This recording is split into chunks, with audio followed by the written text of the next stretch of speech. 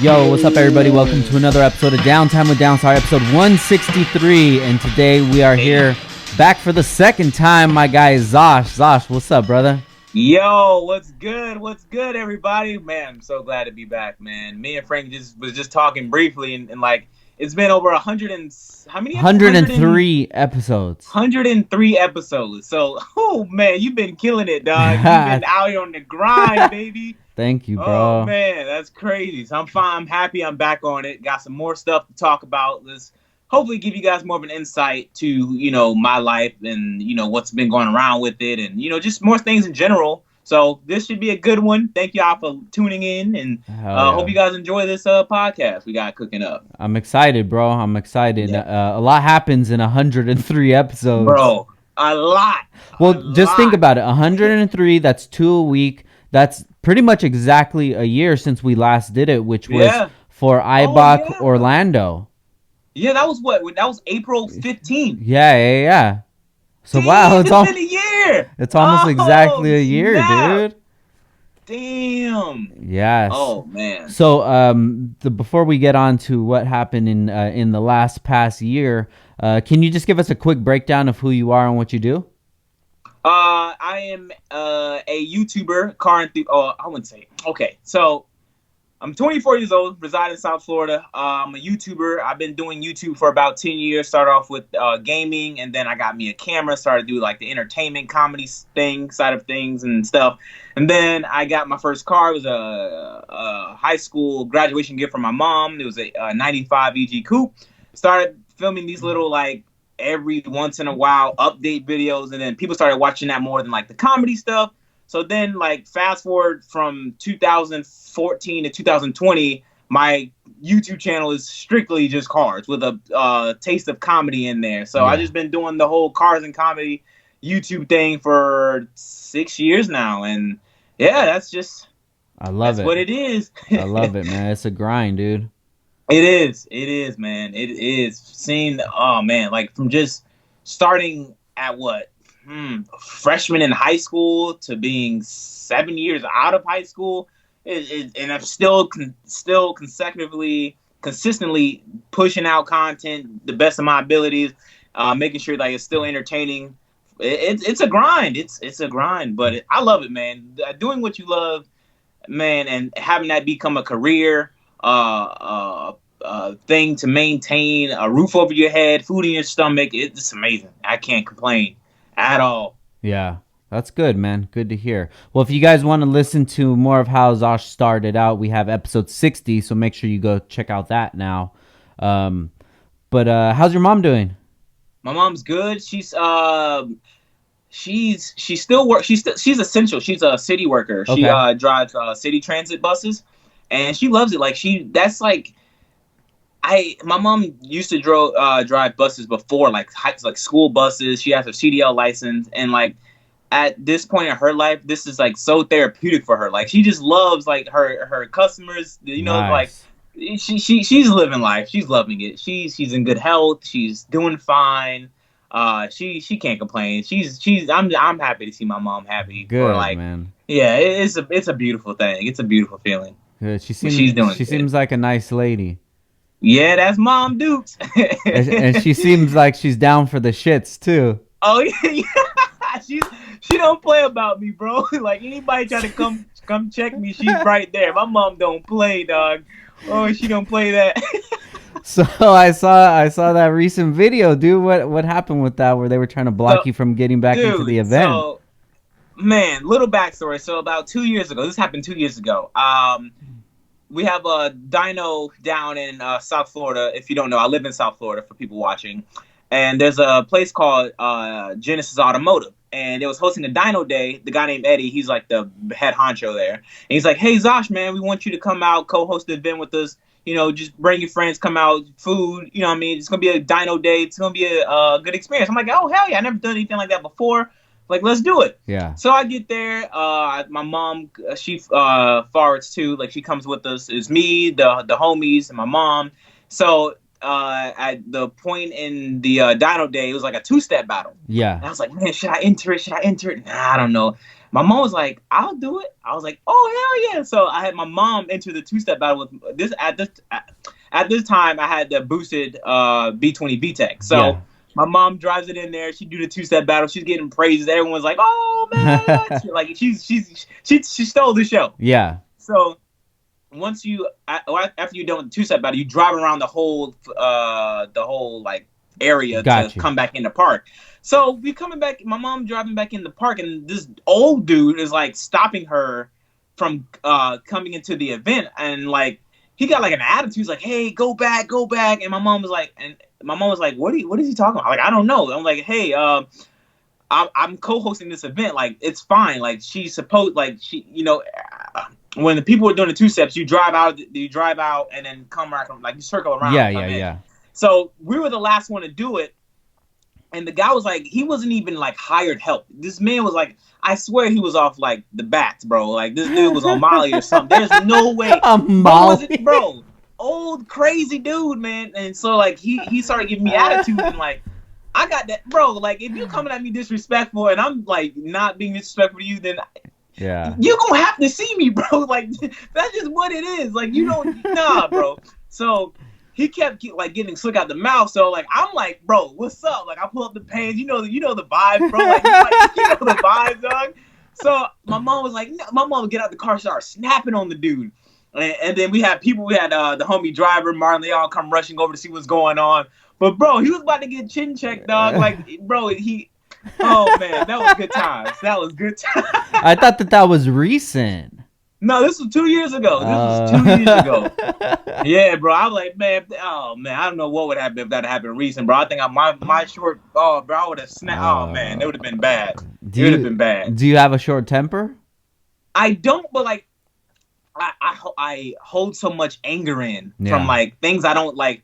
If there's a problem happening and I can't confront the person that the problem's with, I hold it in, thinking that like, oh, it's gonna go away. But Yeah. like, if something pissed me off and like I'm getting worked up about it, it's not that I have a short temper. It's just like I just hold too much in, Yeah. and I can't release it on the person in a way where like it's not going to be in a confrontational, angry way, but more of like, I just want to get this off my chest. Yeah. And if like I can't do that, then it's like, okay, now I'm mad. You know what I mean? It's just Yeah. like I can't. What do you do when you're pouring water into a glass and it's just overflowing? You can't hold your emotions in for too long before a problem happens.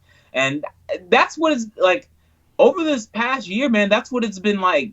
That's what it's been like for me. It's Yeah. weird. It's weird. It's Let's like I'm going through that phase, I guess.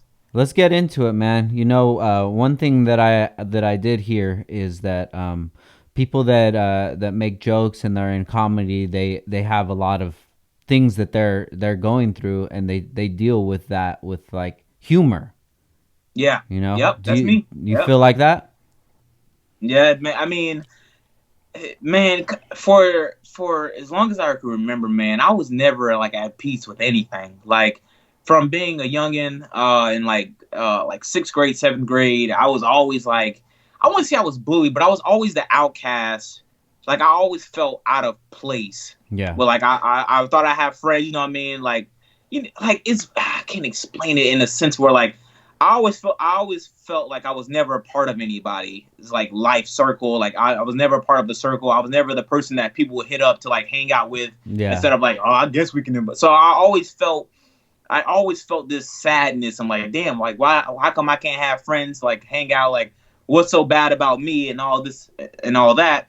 And ever since I was, man, I've always been like sad. Like no matter what, like, something great can happen to me, and like, if I think too long about it, I'm like, I don't even think I deserve it. You know what I mean? Like, what is this? It's just this thing that I have to discover with myself to find that inner peace of where it's like, if something good happens to me, then I know it's not something that's going to happen bad, like, right after. Just like, so I'm so not used to having good things go for me without having something bigger to take it away from me. So yeah, ever since I was a kid, man, I've always dealt with that stuff, and it was always rough. Like, it was always rough. So like, as when I was like, I don't know, like seventh grade, like, I've always loved comedy. I've always made people laugh.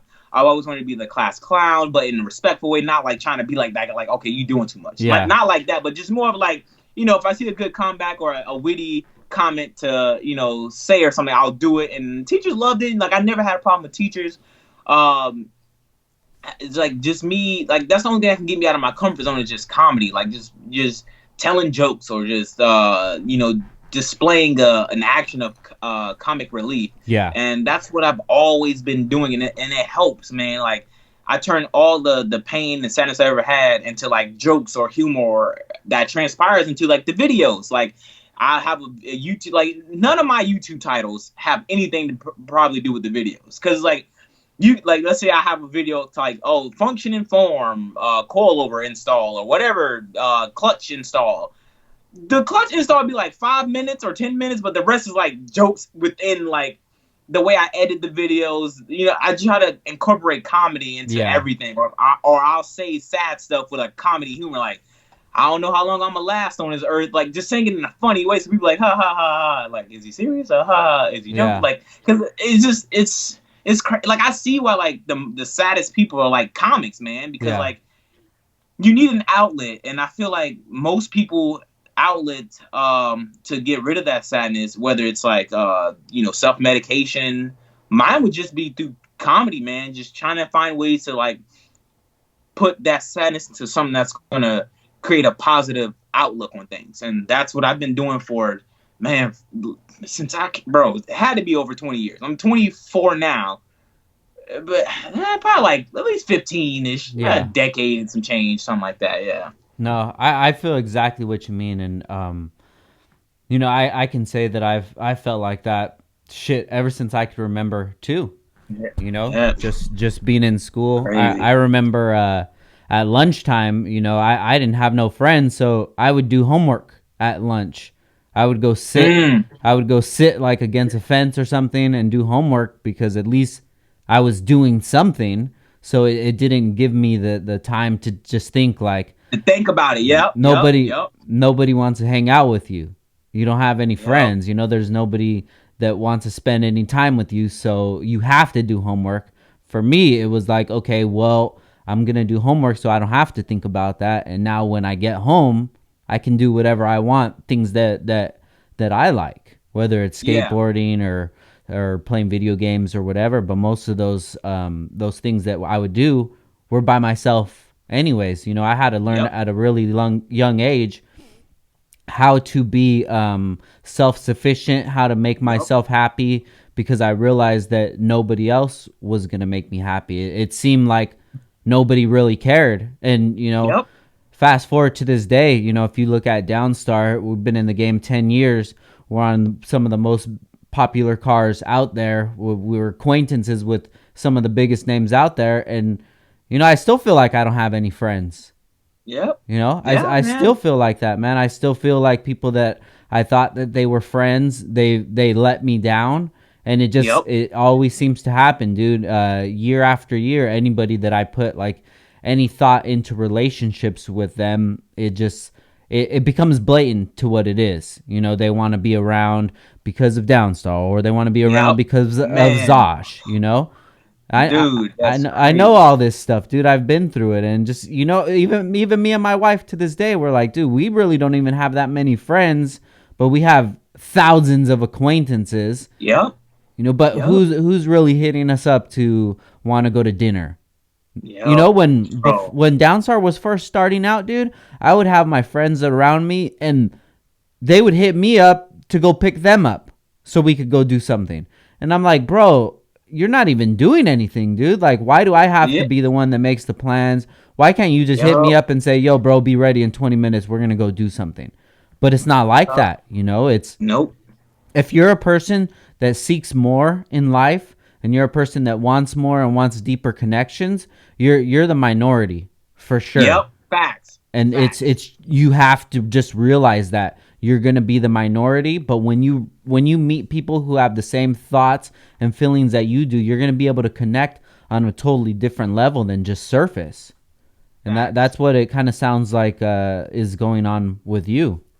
Yeah, man, like all that, bro, all that's truth. Like, man, like at this stage, and like you were like piggybacking off you said, um it's like you have all these people that just that it's like people love Zosh, but how many people love Percy? How Yeah, many people want to be friends? You know what I mean? Like exactly. they look at your title and like, okay, so this is what he can do for me if I was in this position, or and it's like it's crazy that I feel this at a stage where like I'm not like bigger than where I plan to be, Yeah. but like feeling that like, bro, like you have all this, notoriety, so to speak. Like you have an influence. You have you're somebody in the industry. Like you're a name in households now. Like Yeah. people know who Zosh is. People know who Downstar is. You know what I Yeah. mean? And it's like it makes you more lonelier because now you have to think about, why is this person talking to me? For Yeah. what reason? You know what I mean? It's like, what why, like for me when it comes to like friendships or relationships, I have to now think about, okay, what's the intention behind this? You know what I mean? You obviously found me because of what I do. How, like, what, it's a loneliness factor that plays that part, and it's like finding people to see past that. It's rare. It's rare. That's why like I cherish the people like who I've known before all this YouTube stuff kicked off. So like they know me for me. They don't treat me any different. They keep me humble. If I Yeah. like gloat a little bit, like, bro, I seen where you come from, like, chill. And it's like I love that because it's like it keeps me like humbled in a way where it's like I shouldn't even be thinking about gloating or thinking about that, because like I'm not where I need to be. Granted, I'm better where I'm at now than I was yesterday or last week or last month or last year, but I still have ways to go, and it's crazy, man. Like just going through that now of just knowing like who's really in my life for Percy or who's in my life for the Zosh experience. You know what I Yeah. mean? It's I don't know, bro. It's crazy because I don't even know how to maneuver from weeding out the real and the fake, but I just keep close to myself. And like you said, like you have to be very self sufficient for us being the minorities that we are, because like no one really got you like yourself, and it's just hard because like you read quotes or you read like books where they tell you more about like you know like the famous quote saying like you need to really be with yourself to realize like self importance, self worth, self love. And it's like if you haven't been loved, like how do you love yourself in a way you've never been loved? But you like, how do you go about loving yourself Yeah. in a way where you want to be loved by someone else? You know what I mean? Like, how do you like? I can love someone else better than I can love myself because I don't know how to properly love myself in a way where like I can give myself the same satisfaction that someone else loving me will do. It's crazy. It's just hard stuff to figure out, man. It's just been a journey Yeah. from years, man. It's hard. Like I don't know how people do it, but I guess it's just the journey you have to go on. When did you start realizing these sort of feelings? Um, About maybe not about in a whole, but as far as like the impact that Zosh was having on your life, and then wondering about people wanting to be around you for you rather than for the brand. to I've started feeling those feelings once. Uh, I wouldn't say close friends, but someone who I thought was a close friend to me started like trying to like downplay what I do. Like he's like, like okay, let's say what's a good example. Let's say like, oh, I can't respond to all these DMs because I get a lot, Yeah. and your friend be like, you really think you somebody? Like you really think Yeah. you Yeah. someone? Like Yeah. hearing things like that is like, bro, like you like having to watch what I say, even though it's factual around certain people. I can't have it. So Gotcha. I started it started getting feelings like, man, like, so like, why are you around me if you feel like you got this built up, like, feelings for me that like you think I'm like, it's just, man, I can't even put it into words how No, like I get I what you started. mean.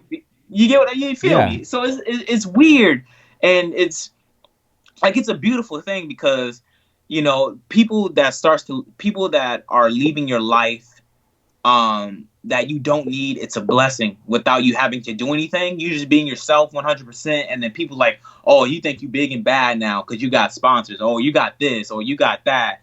You really think you're doing better than me. Like, I'm in no competition with nobody. Yeah. Not even myself, because that's just a way to bring myself down. I just love to do what I do best. And I don't go around saying I'm better than you, or I don't act like it. I treat everybody equal. I don't care who you are, fan, friend, subscriber, no matter what it is. Like, I treat everybody how I would like to be treated. And if you lose that with me, then like I can't mess with you. Like like I'm at this stage now where it's like I there was always quotes about like you shouldn't be friends with somebody because of length of longevity of friendship. If you outgrow them, let them go. If they don't serve if they don't serve your life in a purpose where like you need them, let them go. And I'm finally starting to realize that like everybody you meet isn't meant to be in your life forever. And I'm finally, after so long of just like keeping my mouth shut about like how I truly feel about certain people, Yeah. I'm finally starting to like, bro, look, man, like this is the real deal. Like, you wonder why I don't really hit you up, or you wonder why like I'm acting different. It's more or less like I can't. I just don't want to be around you, man. Like, I outgrown you in a sense where like you're not you're not you're not being purposeful in my life, and I'm selfish with my life and what I need to do and who I need to have around me to help me propel to be better than I was yesterday, or help me grow my business. Like, you can't hang around people that ain't doing nothing, because you ain't gonna be doing nothing. You can't hang around people that ain't getting no money, because you ain't gonna get no money. Yeah. So it's like I have to surround myself with people that want more for themselves than the next person. Like, I want more for myself, so I need to surround myself with people who want more, who don't want to stay at the 9 to 5, who don't want to stay stuck at their parents' crib. Granted, I'm at my parents' crib, but Yeah. it's like I want more, I want better. So I can't. I hate to have stagnant people in my life. Yeah. So if by any means I'm finally at that age, that feeling, that's self growth, where I need to step away from the deads and just start a new thing, man. They just move on in life. Like, moving, I think, yeah, moving on probably like the segment that I'm going through right now in life. There's the moving on segment. Yeah, Yep. definitely, man. The more that you grow, the more people that you're gonna realize shouldn't be in your life Yep. anymore. Facts. And Yep. I've gone through that, and I'm going through that now. And the circle keeps getting smaller and smaller, but it keeps getting more valuable. Yes. Yes. There's people that I don't talk to anymore that probably still think that I'm the same guy that I was last year or the year Yep. before. I'm like, Mm-hmm. that's cool. That's cool if you're that same person and you want to hold on to me and your memory of me as that same person. But I mean, the speed that I'm evolving right now is probably like a 3 month space. Every 3 months, I'm evolving into a different, better version of Yes, myself. bro. Yes. And That's it, dude. Like, it feels like every 90 days I'm it's like, bro, it's like my body, my cells are dying and new cells are growing, which causing my mindset to just be like, I look at things so differently now, man. Like, and it's happening rapid speed. Like, yeah, one day I wake up feeling this way, then like a month later I'm like, damn, I really felt like that. Like, wow, like I feel like it's like a growing thing. Like, I'm just my mind. I guess like at this age, I guess like when they say the mind doesn't fully develop until like 25 or something yeah, like that, bro. Man, that's real. That is, I can attest to that. That is real, because it's happening now with me, and I'm loving it. I'm loving the person that like I'm becoming, in a sense of where like that manhood, that adulthood of that thinking of like, okay, I need to focus on this so I can grow in this aspect of life, or I need Yeah. to invest into this so then this investment later on can just propel me higher at a different level where I'm at. Oh man, it's beautiful. It's beautiful. Yeah, It's definitely. beautiful. Planting seeds, bro. You know, Yep, that's it. Yep. you That have an manifestation. you That's have an it. infinite amount of seeds that you can plant, and you just need to be planting them everywhere, whether it's networking with people, building relationships, or grinding, trying different things out besides automotive things. You just have to make yourself happy, and then at the end of Yep. the day, then whatever you're in, whatever you've done, whether it's cars or you move into something else or you incorporate something else into it, as long as it makes you happy, that's fully the only thing that really matters. Because these relationships that you've had in the past, yeah, I don't regret any of the relationships that I've had with friends or what Same. have you, because we made great memories. But Same. Yep. that's Yep. it.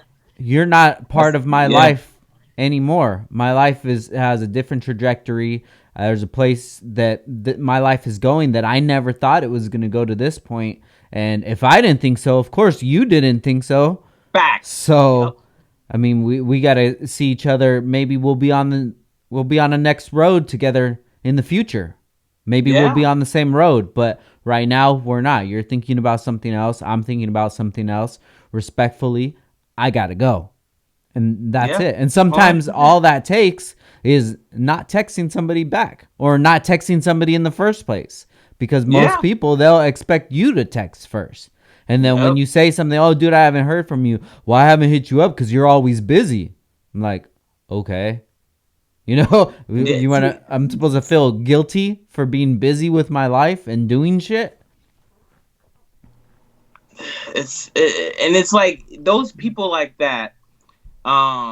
It's like people don't understand. Like if you were doing something with your life, not to be disrespectful, if you're doing something with yourself in a sense where like you was on a grind, then me being busy or whatever, you should respect that, Yeah, you and should you should understand it. like people don't have a moral code about things. Like if you know you're not doing anything, and your friend, you seen your friend start from nothing and started grinding and grinding and getting to the spot where like they can provide for others, they can help others out, and you're still in the same spot, then that's on you. I Yeah. can no longer serve you. I've done my like just speaking from personal experience, like I helped like any of my close friends, like Randy, he's like the closest friend I got like from I met Randy 2014, and whenever something happens to me, I make sure it happens to him. Like if Yeah. I can get something, I'm like, hey, can you guys like look out for him? Like he helps me, you know what I mean? Like it would mean a lot to me, and like he's like someone like that's my brother. Like no matter like if anything ever happens, that's forever family to me, and like he's seen my growth. He was there. He helped me get to where I'm at. Like whether it's helped me with knowledge on cars or like taking me places to like pick up this or that. Like he never looked at me and said, "You really think you this or you really think you that." Like he never gave me that like hatedness, like that like joking hate. Yeah. He never gave me that. It was always love because like that's how we are. Like and like anything that I can do to help him out, I will do without a heart. Like he called me, need to ride it. Like it doesn't matter whatever he needs. I got him. If I got it, he got it. You know what I mean? And that's like I thought I had multiple one of Randy's, but I don't. You know what I mean? I just got Randy. You know what I mean? Like that's just like my that's blood to me. So it's like I've had friends who I thought were Randy's, but they weren't. They proved like over time and time, like they'll come out the mouth disrespectful. They'll like, they'll you just can't be yourself around them, and life is way too short for that. If you have people in your life who you cannot fully be yourself around, you need. I don't care how long you've known this person, whether it's your wife, your whatever the case may be, you need to let that go because that's going to hinder you from being your true potential self. You need to have people where you can be weird, you can be loud, be annoying, be quiet, just be yourself. You need that in your life in order for you to like grow as a person because those people are going to like help you when you need it the most. And the people who aren't like the people you have in your life whom you can't be yourself around, they're they're either leeches or they're just waiting for their come up around you, or they're just there. They're Yeah. just filling a void that you've been just because you've known them for so long. And I've had that issue where like I've known people for so long that like I can't. Nah, man. Like he'll come around like, oh, I know him forever, bro. So that's how he is. Like, nah, bro. That's dead, man. Like you can't live your life like that because it's just gonna hold you back, and you're gonna have these built up feelings towards this person where it's not even love anymore. Like you feel some way about them, they feel some way about you, but y'all fake acting cool because y'all have known each other for so long. Like Yeah. you can't have that no more, man. Like if y'all listen out there, let them go. Just let them go. I promise you, it's gonna pay off. I promise. Let Yeah. them go. I think the best thing with that is to try to realize the traits that those people have, the red flags that they have, and Yes. you cut it off as soon as you notice that, because if Yep. people you've known them for so long, you've known them since you were a child, it makes it a little harder to just cut them off. But then when you meet somebody new and it's maybe like a year since you've known them, or a couple years or something like that, you're like, oh yeah, this dude's a cool dude, and then they do something, some small red flag, and you're just like, okay, not fucking with this Yep. person no more. Yep. That's it. I'm not Yep. fucking with them. That And that's what I learned now. That's exactly where I'm at now. Like anybody I meet, if I ever befriend you and you do something that's like, all right, can't do it. I just that's it, bro. That's literally it. Like I'm at that, like it's like cutoff season. yeah, Like me and the homie Fred was talking about it. He was like, cause me and Fred, like I look at Fred like an older brother. Like yeah, Fred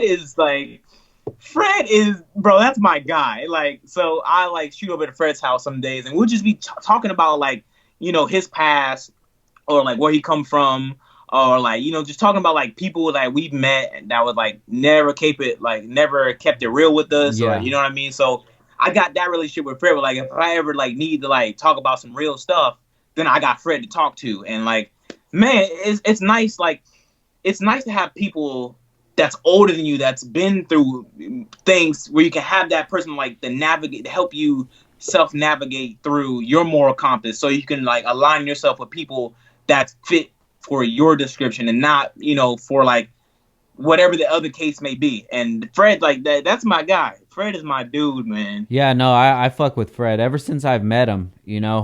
His personality when I met him in person, I'm like, The I like this vibes, dude. man. And he never treated me any different. He just treated me cool with Yeah. respect, Yep. and we just always had a great time. And it's dope to have friends like that in the community, that they're just real ass people, and then they're Facts. car enthusiasts second. I love that. Yep. You know? Yep. That's Fred never treated me like anything, and I love that, bro. Like Yeah. I love when people like just see me as a person. Like forget everything that I've accomplished with whether it's YouTube or car, the industry. Like forget all that. Do you see me as a regular person that you can hang out with and be homies with, or like chill and vibe with? If you can see me as that, and like strip all the Zosh stuff, it's just Percy talking. You know what I mean? If you can see me as that, then we gonna get along. Like I don't like when people treat me different because of who they think I am, because Yeah. of videos, or like that. Like I don't want that. Like I get like, but I get that some people will do that because they don't want to like, they want to come off as disrespectful. And like some people will DM me like just joking, like saying like some funny off the wall, like stuff that other people would probably think disrespectful. I love it because like you see me like in my videos, I try to come across as just a normal dude. Like, bro, I mess up. I don't know what I'm doing half the time. I film my mistakes so people can learn from them. I do this, I do that. So it's just more of a learning curve for myself and others. Like I tell people, like my YouTube is like a diary. Like Yeah. I upload whatever I upload because this is where I'm going to look back years from now. I'm like, damn, look what I was thinking about. Like, Yeah. look how my thought process. And that's what it is. And like when people see me as like a person, like if I meet them out at a car show or whatever, it's always a beautiful vibe. Like I could talk for hours and hours with people like who connect with me on a real level, and like, oh my god, like bro, like oh, like the whole Zosh thing. I'm like, I appreciate it. Like I'm very appreciative.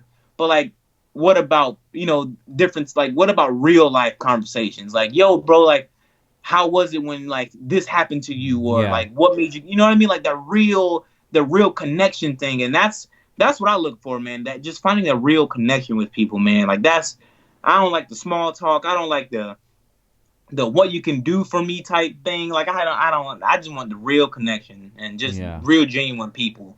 That's No. that's what I try to align myself with. Yeah, I feel you on that, and I don't think a lot of people really understand that people like yourself, they're under a lot of pressures, and Mm, you really just want to be treated like a human sometimes. And then when you go to these yeah. shows, people, all they want from you is, a picture or something like that, and it's really for their own gain, because now that they can post it and then they can get some likes or a conversation on it. Yeah. And usually when I meet people that I look up to, that I don't even ask them for any of that shit. I'll try to treat them as human as possible, Yep. because I know that that's what they're craving. That's what they want. Well, a certain Yeah. type of people. Man. And to add on to that, a lot of entertainers, that's all we want, man. Like we I feel like subconsciously, when we know what we sign up for. When you pop off and you do something, we know exactly. Oh shit! Oops, my bad. Yeah, all right. We know what we like. I feel like when I got into the whole YouTube thing, I didn't think I was going to end up to where I'm at right now. Like I've always said it. Like I've always said, "Oh, I'm gonna be something. I'm gonna be somebody someday. Yeah. I'm gonna be this. I'm gonna be that." And it's like, if I can exchange that for just having, like a real connection with someone or like something, I will do it in a heartbeat, because that's what I search for. I search for having a real bond, a real connection, whether it's for friendships, relationships, or that's just something that I feel like most of us entertainers, that's what we want. Like people that's in the entertainment field, whether it's comedians, actors, singers, songwriters, rappers, whatever, we we want something. We try to fill a void with what we do. So it's so hard to explain. Like my mind is saying it, but like just to say it out loud, it's crazy. No, I But it's get I get what you mean, dude. It's like that feeling like you felt so lonely, you don't have yeah, anybody that yeah, can that you can relate to.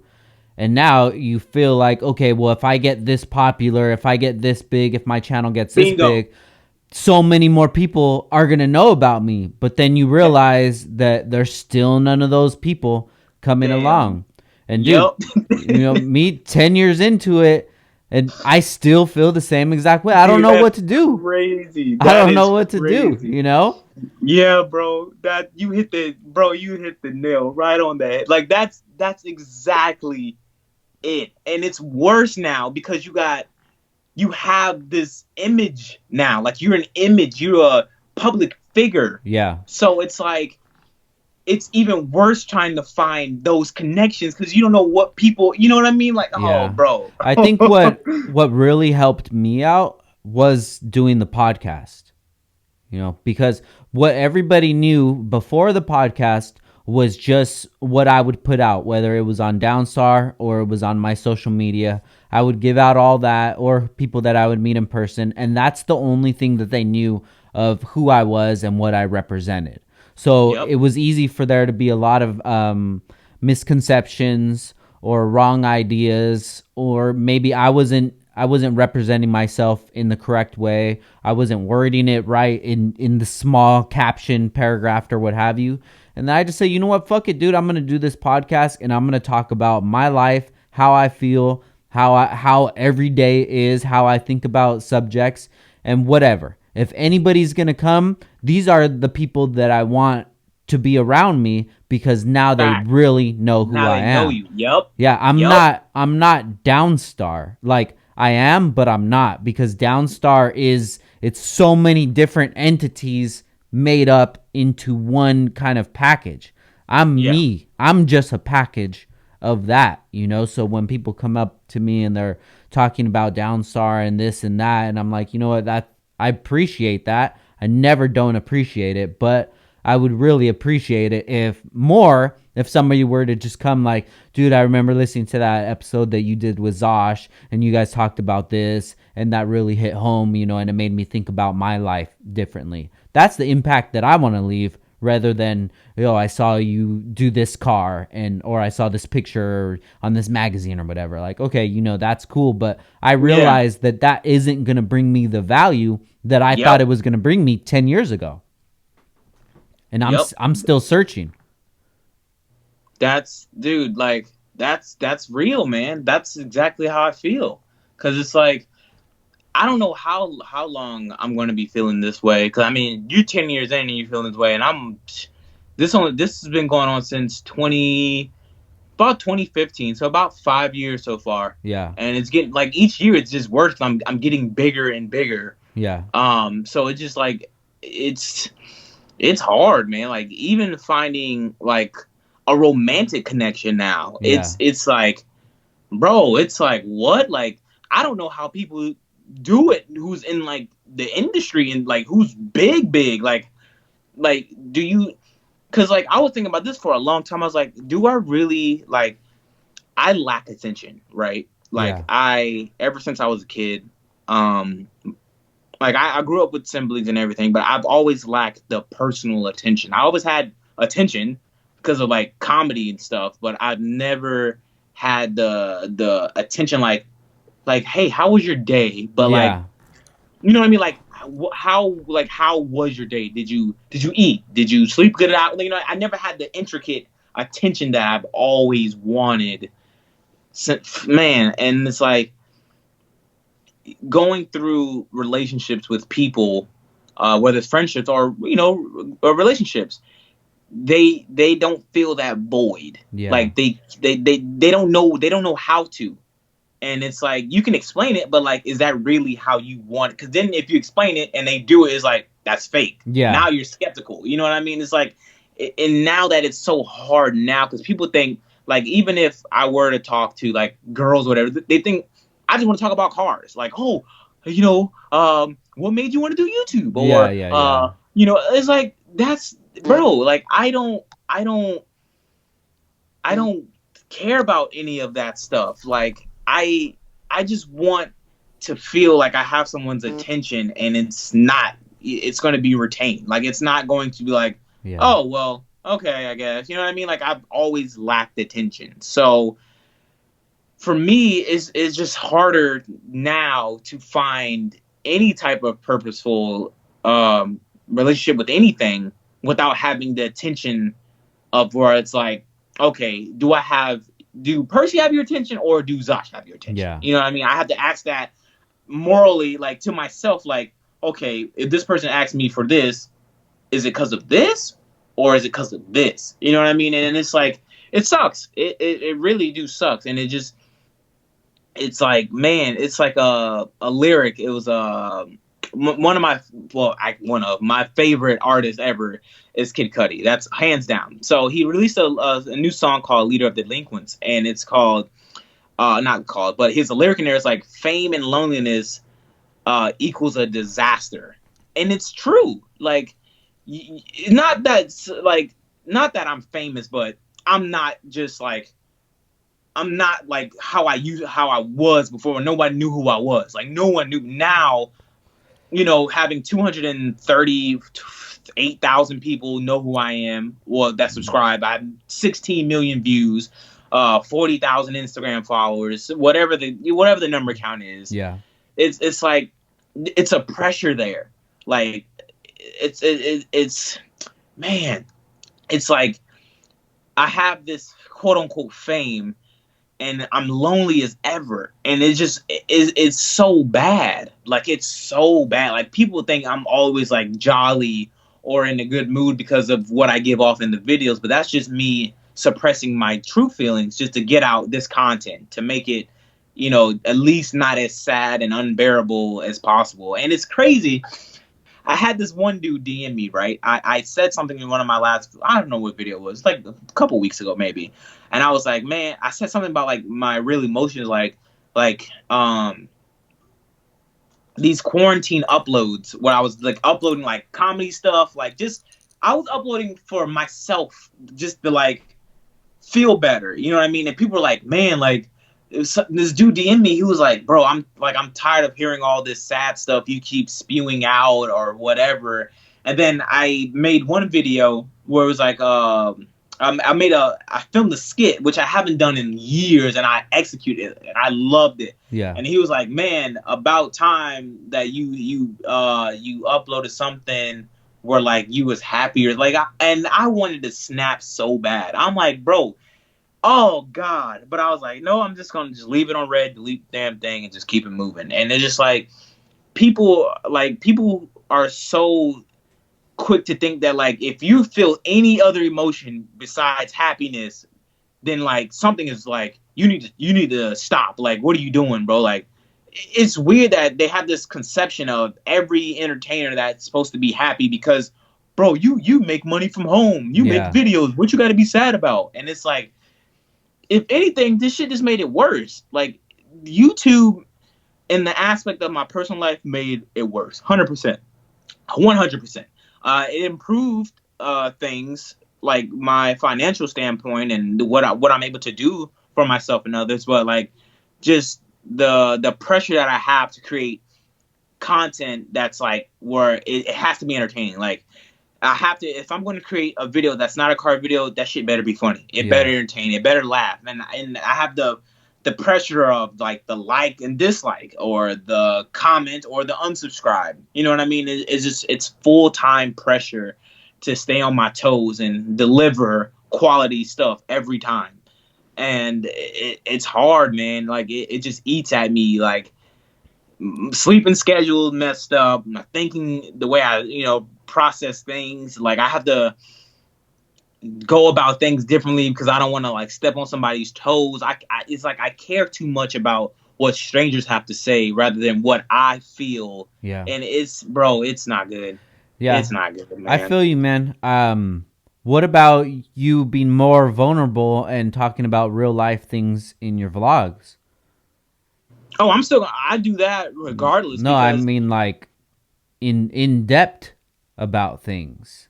oh yeah, so like each year on my birthday I drop a video of the age that I'm turning. So from 22 to 24 I dropped, I think it was like 3 videos. Yeah, Mm-hmm. 22, 23. So 3 videos I made.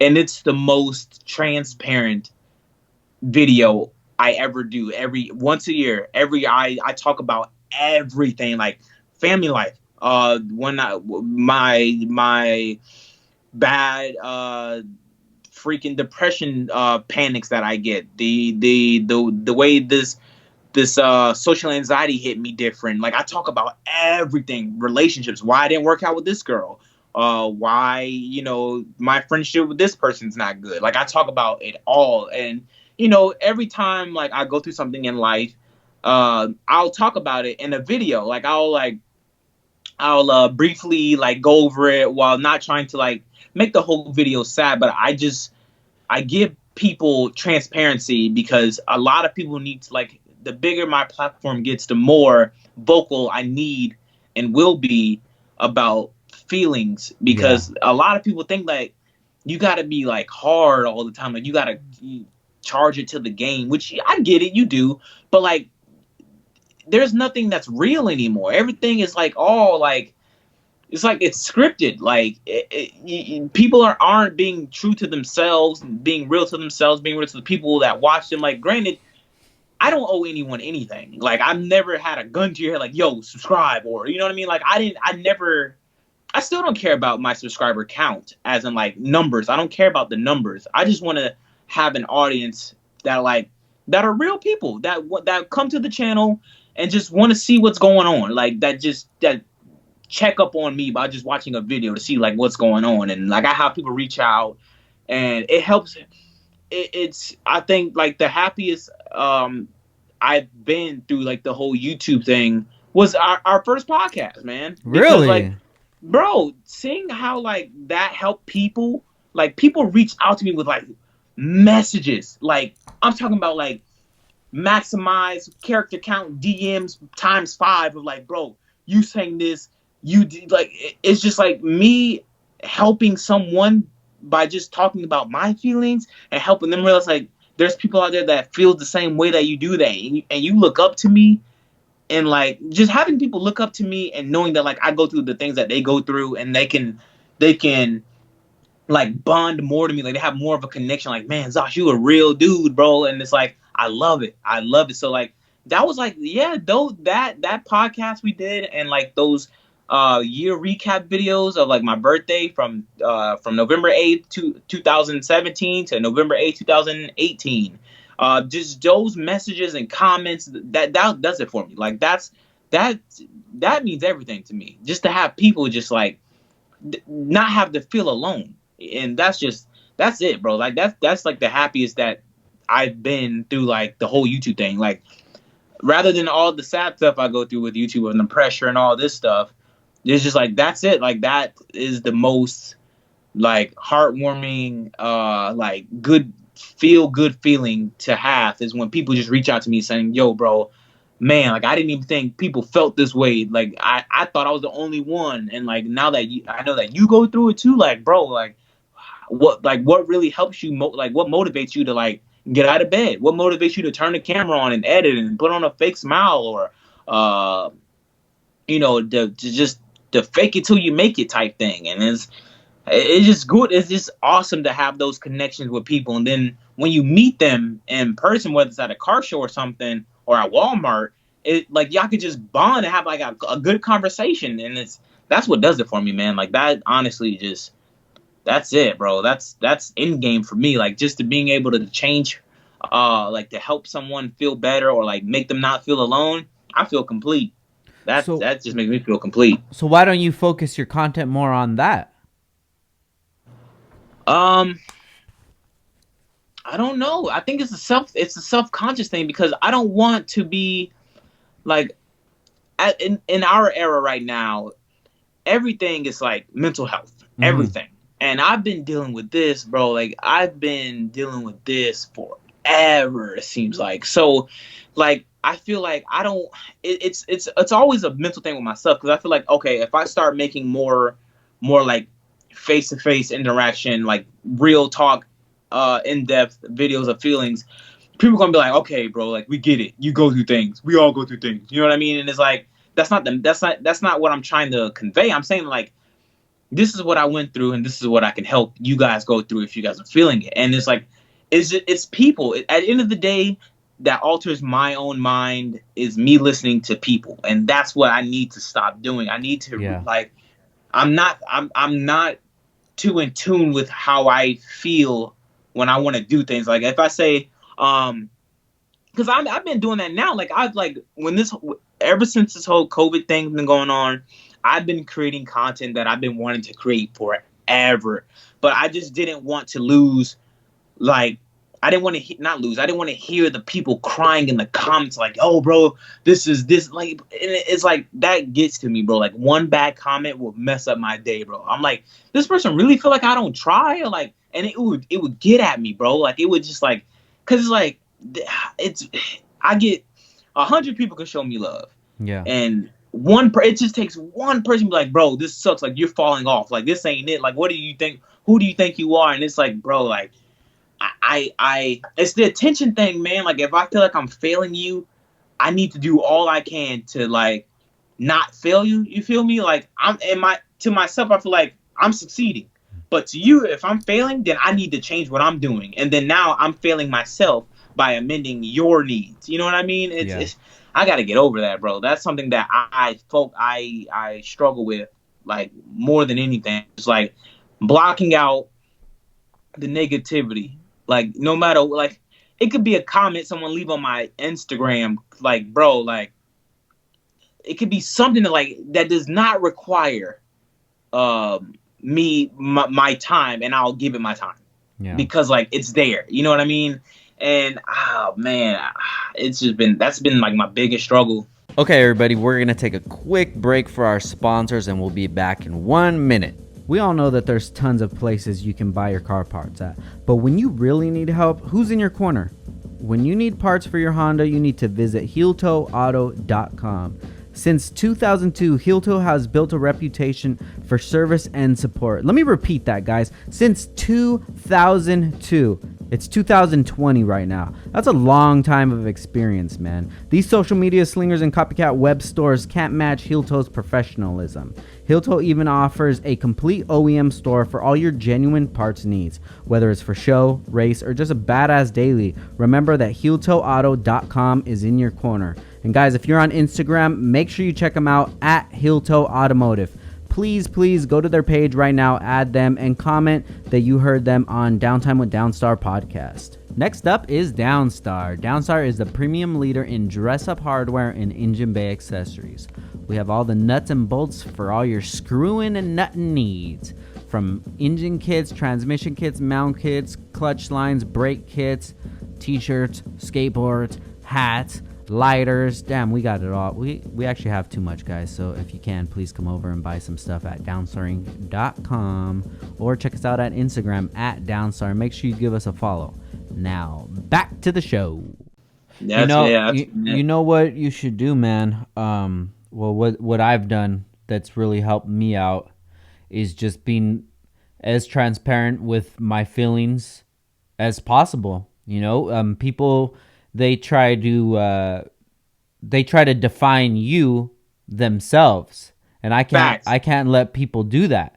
If you think I'm this kind of person, even in a good way, you think I'm a fucking cool guy, everything is perfect, my life's perfect, I'm not gonna let you define my life because I'm the only one that knows my life. So I'm gonna talk about whatever I'm gonna talk about. I'm gonna talk about what I'm going through, and if you don't like it, change the channel. Respectfully, change the channel. Yes. I don't need you around, because without that person, you're going to get 5 more people that are relating to the things that you're saying. And your impact is going to go way further than just building a Honda. You already know how that shit's going to go. You've seen that story, from even previous YouTubers that are in the same sort of space that you're in. You've seen them go up and them come down because they don't have anything to offer. All they do is just get sponsors, get free parts, build a car, act like a dick in person, and then finally people get sick of it. They're like, all right, who is this dude? What is this dude? They're just selling me shit. I don't want to be part of this, and then that leaves an opening up for somebody like yourself, dude. Just think of the space that I'm in right now. In the automotive community, in the entire automotive community that I know of, there's nobody that's having these kind of conversations.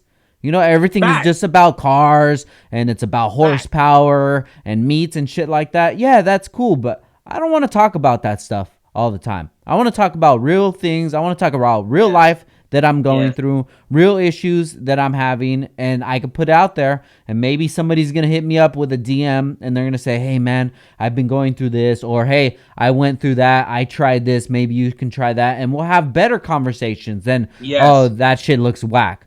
I don't care. I don't care what this shit looks whack, because you look whack, bro.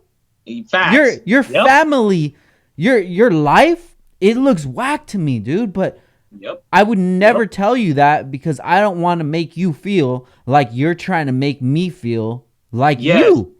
And when you understand that all of that stuff comes from insecurities, it makes it so much easier to get over it, dude. Somebody says something about me or anything online, I'm just like, okay, that's cool, because that says more about you than it does to me. I'm not fucking with nobody. I'm not doing anything bad. I'm not hating on nobody. And if you still have that animosity towards me, that says more about you than it does to me. That's a representation of you than it is me. So it's all good. And I've killed it so many times like that. You know what? I'm sorry, bro. Sorry you feel like that. Have a great day. That ends it right there, because you don't give them any fuel, dude. You take their power away. They don't have any power because they're watching. They're watching you. You're the one that they're watching. You're the one in the middle of the baseball field pitching that no-hitter. They're just watching. And when you miss that and it's not a no-hitter anymore, but you still win and you still go ahead and win, they're going to be the one saying, oh, at least it wasn't a no-hitter. Oh, at least I wasn't the one in the stands, bro. That's Yep. it. Yep. And that's how you have to Perfect. look at things, man. Fuck them, Yeah, dude. man. That's You have to wow. do what's important to you. And if you're feeling these feelings, you need to have that on display, man. If you want people to start looking at Zosh as Percy, you need to show them more Percy. The Yep. funny along with the negative things that are going Yep. on, because this is life. This is what I'm going through. And if you have negative things that go on, tell people what you're doing. You know what? I haven't been able to sleep good at night. I've been trying to do this, or I've been trying to do that. Yo, guys, remember 2 weeks ago I was talking about I was having problems sleeping. You know, I actually tried doing this and that helped out. You know, give people actionable items. Oh yeah, You I like know? that. Because it's Yeah. like, Yeah, for fuck cars, sure. bro. Like, what Facts. what can you do? There's Bro. nothing you can do right now that's going to make everybody think like, wow, Percy's the best car builder. There's nobody that's going to make me do it. All it's going to do is put you on a bigger platform for more people to judge you.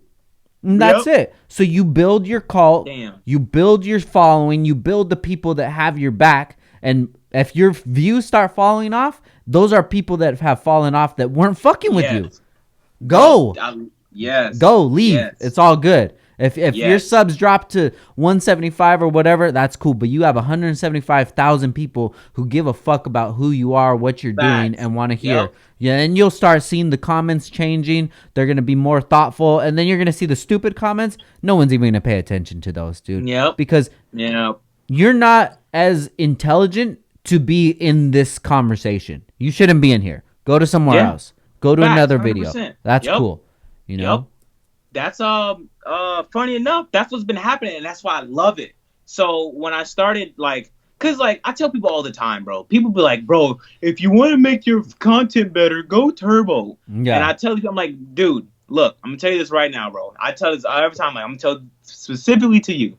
I don't care about turbo. I don't care about going fast. I don't even think, like, the way I picture myself, I love cars. I love, all makes, models. I don't care. Like, I love the idea of what a car does. I love working on them.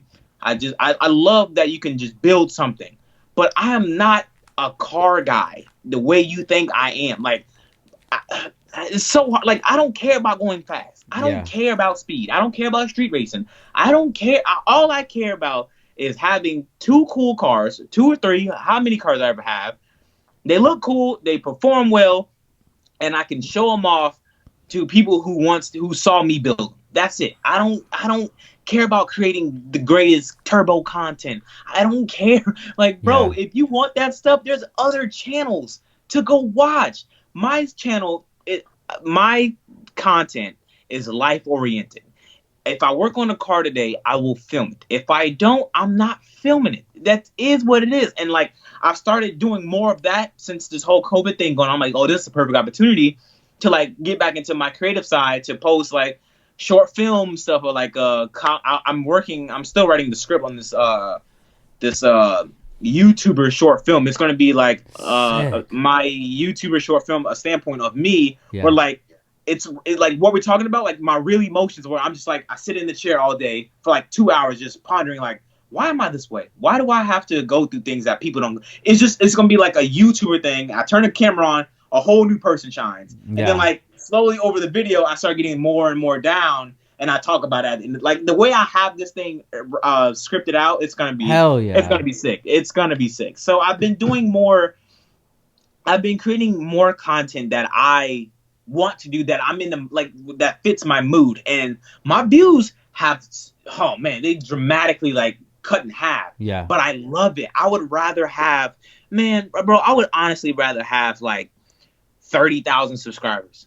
Like, I would want a low subscriber count with the people that's watching. If there was any way I could like cut out all the like the fake subscribers, I just want a true, genuine following, to where like it's always love. Like, no matter what I upload, I can upload a video of me just, I don't know, just talking about like what happened today. You know what I mean? Just a rant, but people like, yo, bro, like, man, like, I love how you just so, like I just want that following where like it's no more pressure on me. I don't have no more pressure that's on me to like make these type of videos or do this, or if you don't do this, I'm unsubscribing, which I don't care about. I just don't want the pressure. Yeah. And it's like, and it's self pressure too. And like you said about like people with those insecurities that want to like project how they feel onto me so I can feel what they feel. That's facts. That is, I've seen that happen so many times, and like I've gotten so much better at it, man. It's just like, I don't know, like some days they'll catch me good. Like they'll see something that I'm like, what? Like it'll make me like, word? Yeah. And like I'll write back, and I'm having a conversation with them, and I'm giving them exactly what they want. And I always realize that like after that, I'll be like, damn, I should have never done that. Like now this person can say they got one over me, and like that can't happen anymore. So I'm definitely going to use that now to my advantage to just think more of like, okay, so they're obviously doing it, and just hit them with that reply like, man, sorry you feel that way, bro. Like, that's it. Damn, that sucks. I'm sorry you feel that way. Like that's, bro, that right there helped a lot, because now I have that like that mindset trait of like, if they don't like it, damn, that sucks. Yeah. Like, all right, sorry, bro. Like that's it. That's all. Yeah, bro. That definitely gonna help me a lot. It's not real. The way that they feel, the things that people say online, however they're gonna be, it's not real. You know. Oh yeah. Since I've been in this, I've almost got in 2 fist fights with people talking shit online, and when I brought that energy, they didn't have that same energy, and when that happened, it made me think like, you know what? This is not what they say online. They don't stand behind it. You know, they just do it from the comfort of their screen because they're bored at that time. They don't have anything else to do. Whatever could be the reason. But when you actually realize that it's not real, it makes it so much easier to just brush shit off. Yep. You know, all of this shit you were saying online, I'm this type of person talking all this down on my name. I'm a real ass fucking person. When I see you, you're going to have to defend that shit. Facts. And when I see you and you back up 10 feet and you don't want any smoke, that makes me think like, fuck, man, I let you get me out of my character. For what? You're a bitch. You disturb my peace. You're a bitch, and you're not about shit.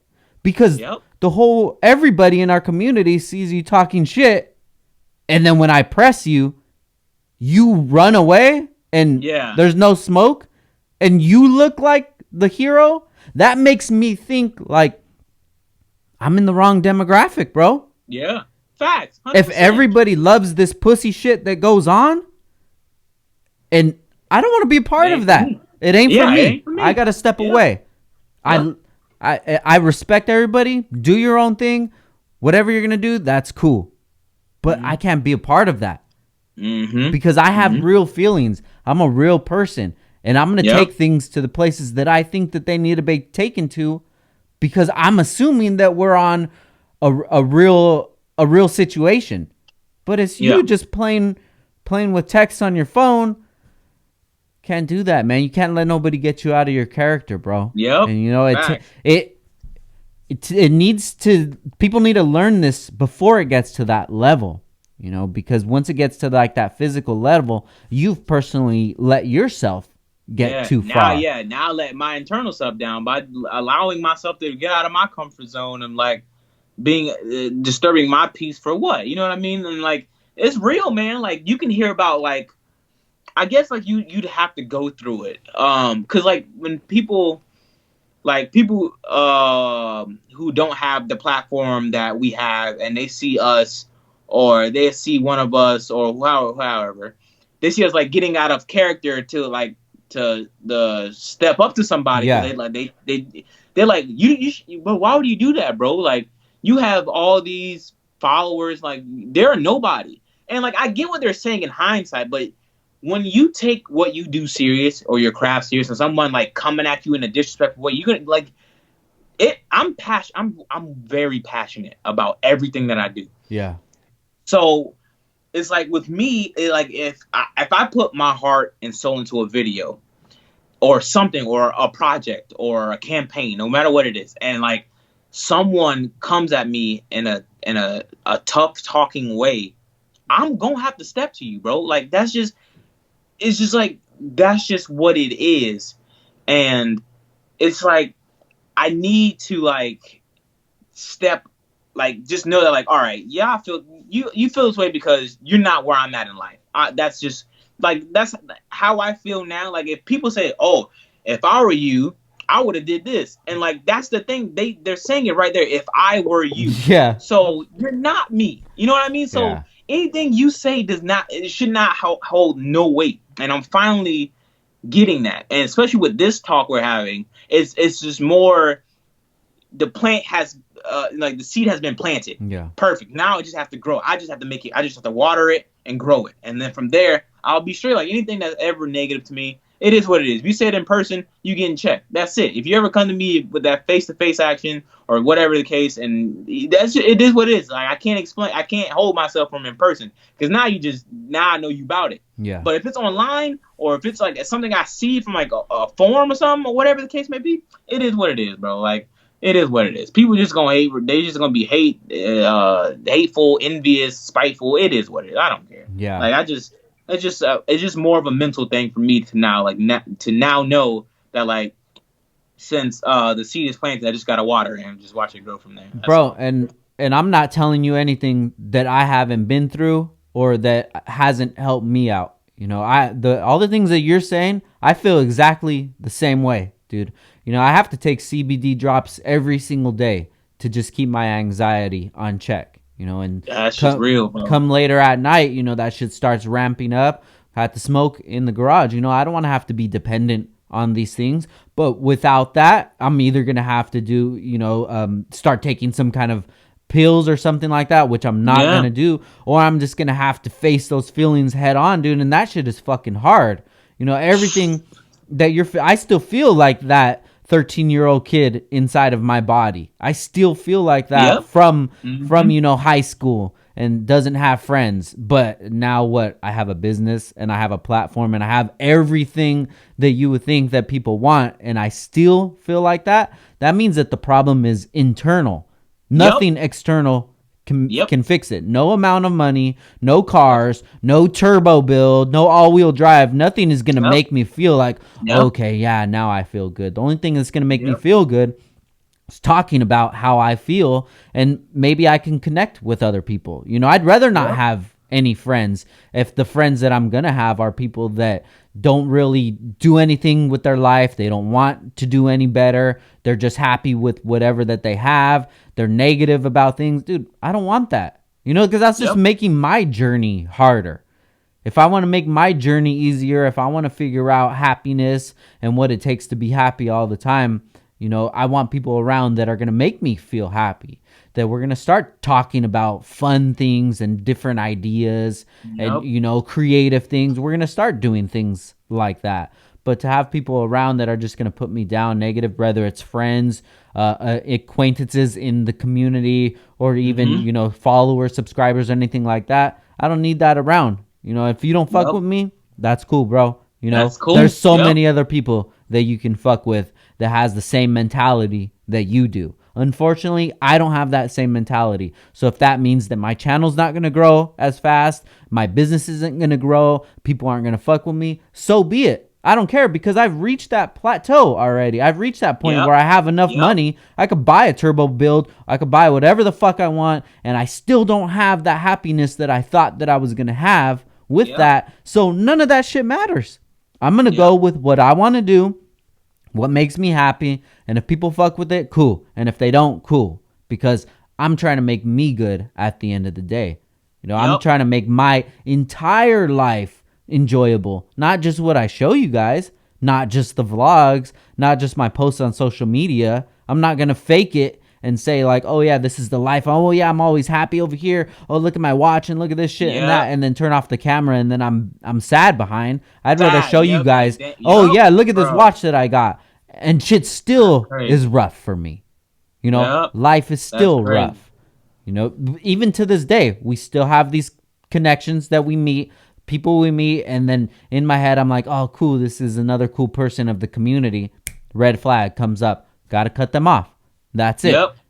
You just have to be that brutal. You have to be that in control of your energy, man. You have an energy, and your energy is fickle sometimes. Sometimes you're happy, sometimes you're sad, and you have to Yep. protect that. You can't have Yep. anybody else around that's going to make you feel a certain way. Yeah. And it's just 100%. about you, man. Yeah. You have to be happy with yourself.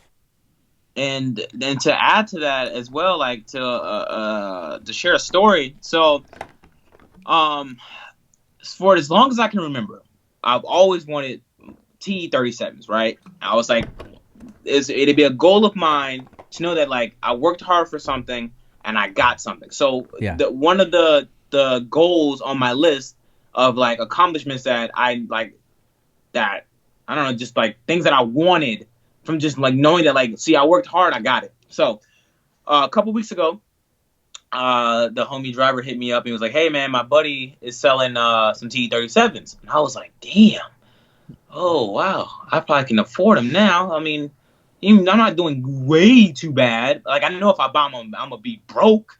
Yeah. And I was like, "But I can do it." You know what I mean? It's like it was an opportunity, like it presented itself, and I was like, "Okay, like I've worked I deserved it." Like I don't buy myself anything, like anything. So I was like, I want it to at least make me feel better. You know, like Yeah. it's one of those things like you say you wanted it, and after so long or so many months or so many years, you finally got it. So I bought the T37s, and like I was happy that I got them, right? And then once I got them, it was just like, damn, like it didn't make me happy. Like I was like even to this day, I'm like, bro, like I look at my car, I'm like, damn, I did it. Like my car is exactly how I wanted to look at it, like how I wanted to look. Yeah.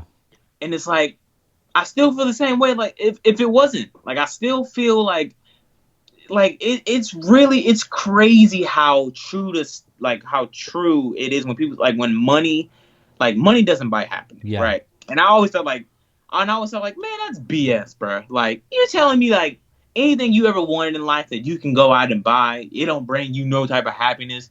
Like and like seeing that like over the years with the K swap, I'll go K swap, still not happy. Get T37, still not happy. Get this sponsorship that I wanted, still not happy. Go here, still not happy. I'm like, damn, like all these amazing things that I should be so happy about happening to me. It's just like, I guess, like, Yeah. yeah, I mean, it's cool. Like when people are like, yo, bro, like, damn, the car looks good on T's. I'm like, yeah, it's all right. When I want to be like, yeah, bro, you see that? Like I worked hard for that. You know what I mean? Like I did it, bro. Like I finally, but it's just like, yes, it's okay. It could be better, or Yeah. I guess, you know what I mean? And I hate it because like I just want to be like with the like me being 24, seeing where I come from in life, having two cool looking cars, you know what I mean, like having these blessings bestowed upon me, and it's just like, yeah, bro, that's cool, man. Like, wow, like that's dope, you know, but like not having that like internal feeling of like, man, like, bro, like I'm so like blessed to be here, like I'm so stoked, like I got this car, look how cool it looks. I got this car, like, bro, I'm 24. This is where I come from. This is how I grew up, and this is what I had the adversity I had to face. And it's just like I'm not even. And it's like my internal like happiness is just like so slim. Like it sucks. Like Yeah. it ultimately sucks. Like you can't be happy for like the things you really wanted in life. Like who knows how I'm gonna feel when I buy my dream car, which is an Evo. Like who knows? I probably would like, damn, I shouldn't have did this. Like, wow, like I've been talking about wanting an Evo for years. Like it's just my favorite car. Like I just love the body style. I just love it. And like as soon as I get it, I'm like, am I gonna be happy? Am I gonna feel complete? Like, where am I gonna be in life to where like, is it gonna sadden me? And like people like think that like since all this cool stuff is happening to me, like I don't struggle like mentally, financially, physically. Like I struggle every day. Like some people out there are doing better than me and they don't have nothing. Yeah. And it's just like, bro, like you're doing better than me. You think all this stuff means something. It don't. Like it really truly doesn't mean anything to me. I don't know how I got here. Like I'm here for a reason. Like I made it this far with what I do for a reason. And I feel like that reason is to help others. Cause like I'm in a place on YouTube. Like I'm in a community to say where like there isn't many people being real. Like they're Yeah. just faking this facade of like, oh, bro, I'm happy. I got this. I got that. I got this. Or you know what I mean? As soon as they turn the camera off, they're depressed. They're popping pills. They're doing this, but they don't want to say it because they don't want to lose that momentum or that following they have. And it's like me, on the other hand, like I don't care if y'all go, but Yeah. y'all gonna know. Like that's why, like I always would know that, like no matter what, I will always have people rooting for me. Like I never have to worry about like if I upload a video that's not a car video, I ain't gonna have people like, what is this? I'm unsubscribing. Like I'm gonna have a few. That comes with the territory. But most of the people, I'm like, bro, I'm just glad to see you still uploading. Bro, I'm glad to see your name on my phone as a notification. I'm glad to see you still here with us. You know what I mean? That's what I care for, and like that's what I love.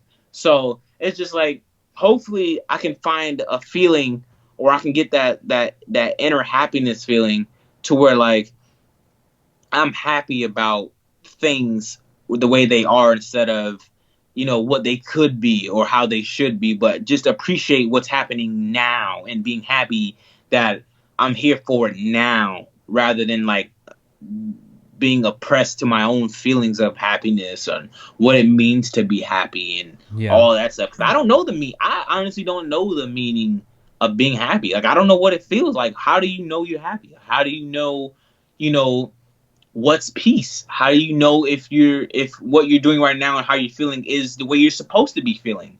Like I don't know any of that. So Yeah. like maybe I've been happy before, but from what I remember, I've always been sad. I've always been sad. And like when I'm not sad, am I okay?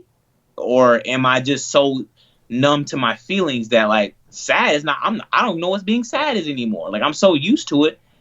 What's going on? Like Yeah. do I still feel? Do I like do I have like if I wake up today and I feel good about waking up today, is that a sign of I'm okay? And then like an hour later, I'm like back in bed laying down. Like what's I don't know how to feel. I don't know what I'm supposed to feel when things happen, or like should I not care if this person leaves my life after over something that could have been avoided, or like when it comes to relationships, like the last time we spoke, I was with my now ex girlfriend, but we still talk, we still communicate and everything. We tried working things out a couple times. We still try here and there because like it's still love there, and it's like, and like I was like her first. I wouldn't say her first. I was kind of like her first boyfriend, and like I made mistakes in that relationship to where to like us guys make. Not saying like I cheated, but like you mistreat them in a way where like you don't think you're mistreating them, or like you're being selfish with how you feel, and then you project it onto them, and now they feel a certain way. So I've made mistakes in that aspect of like growing into a man, and like they be held against me sometimes when like it comes up, or like, well, you treated me this way, and it's like I'm not that person anymore. You know Yeah. what I mean? It's like I don't know how I was to you a year ago. I don't know how I was to you a couple months ago. I'm steadily growing and pacing myself to be on this trajectory where like I'm gonna be the best damn man that I know I can be.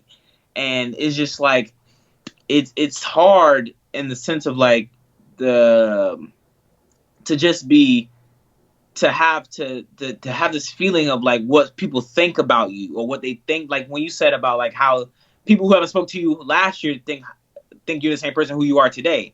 Like that's how I feel. You know what I mean? Because it's like you think I'm this person I was a year ago, but you're not trying to see who I am now. You're steadily allowing the past to dictate the now and the future, and that's what's gonna hold us back if we wanted to work, or hold us back in general in life. Like if you have a bad job experience and you want to apply for a new job in that same field, you're gonna have this thing like, oh no, it's gonna be the same as that one because they're all the same. You Yeah. have that all the same mentality. You're doomed, because like things happen for a reason, and I've never regretted any relationship I've had with anybody. Because like it helped me grow. People that like always like speak bad about ex-girlfriends or boyfriends or their friends, I'm like, y'all didn't learn the lesson. Y'all didn't. Yeah. Y'all are. You know what I mean? Like, you should never talk bad about anything you've been through with a person, because without that experience, like without making mistakes, you don't learn. You don't learn. You need to make mistakes in order to learn. You have to do that. So I'm grateful for everything I've been through. It's just when can I learn? When can I finally show what I've learned to someone or to something that's like, boom, see, I learned now. My It's different. You know, when does that happen? How does that happen? You know what Yeah. I mean? That's where I'm at too, with like figuring out, like, if I learned from all these mistakes and all these things I had to go through, like being alone helps a lot, man. And reading books, I've been reading.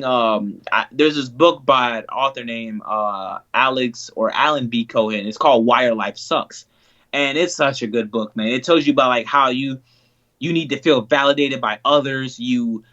Bro, it's such a good book, and me reading that thoroughly, like learning, it just made me like have so much more self awareness around to other people, and like treating other people in a way where like I can't talk to you the way I grew up being talked to, Yeah. because we grew up different. You know what I mean? Like, I grew up learning where like yelling gets you to do something, Mm-hmm. and most people need to be talked to in a way where like you have to comfort talk them, and that's the mistakes I was making in my relationships, all of them. But like, if I need to get my point across, I either have to like say it in like a loud manner, or I have to like yell at you, Yeah. or like use a F word, or like, are you not effing getting? You know what I mean? I have to like talk to you the way I grew up, Yeah. and all that's doing to you is shutting you down and turning you more away from me. So now when I talk to my ex or anybody who I used to talk to in a way where like I would talk to them like making them feel belittled, I don't do that no more. I talk to them like in a comfort way, like, or how they would like to be talked to. And I had to learn that. And like, you can hear all day about how you need to treat somebody, or like you should do this and that, but if you don't go through it, you can't do it, because your mind isn't on how this person should be treated. Your mind is on how you were treated and how you do things. Yeah. And so that's how you communicate with other people. So I had to learn that, and it paid off. I mean, sometimes when we talk and everything, like, she's like, wow, like I sense something different. Like, you talk to me different. I'm like, it's growth. It happens. And like, we're like, we talk, we communicate, like we're learning, we're just right now we're learning the stage of like communication. Yeah. Like, we're just like, no matter what happens to, if we get together again, or if we try this again or not, we're basically being there for each other in the forms of like helping each other's weaknesses, so we can be stronger for ourselves and towards other people if they come across us. And it's a beautiful thing, man. It's beautiful. Like, I'm very happy that I still have that like relationship where it's just like we're just helping each other grow Yeah. in ways. Like, if I like, cause I would ask her, like, some nights we'll be talking and I'd be like, what were, like, name 5 things that you didn't like that I did that I would always like not say I didn't do. And she's like, I hate that you thought you was right about everything, because I didn't have the relationship experience you had.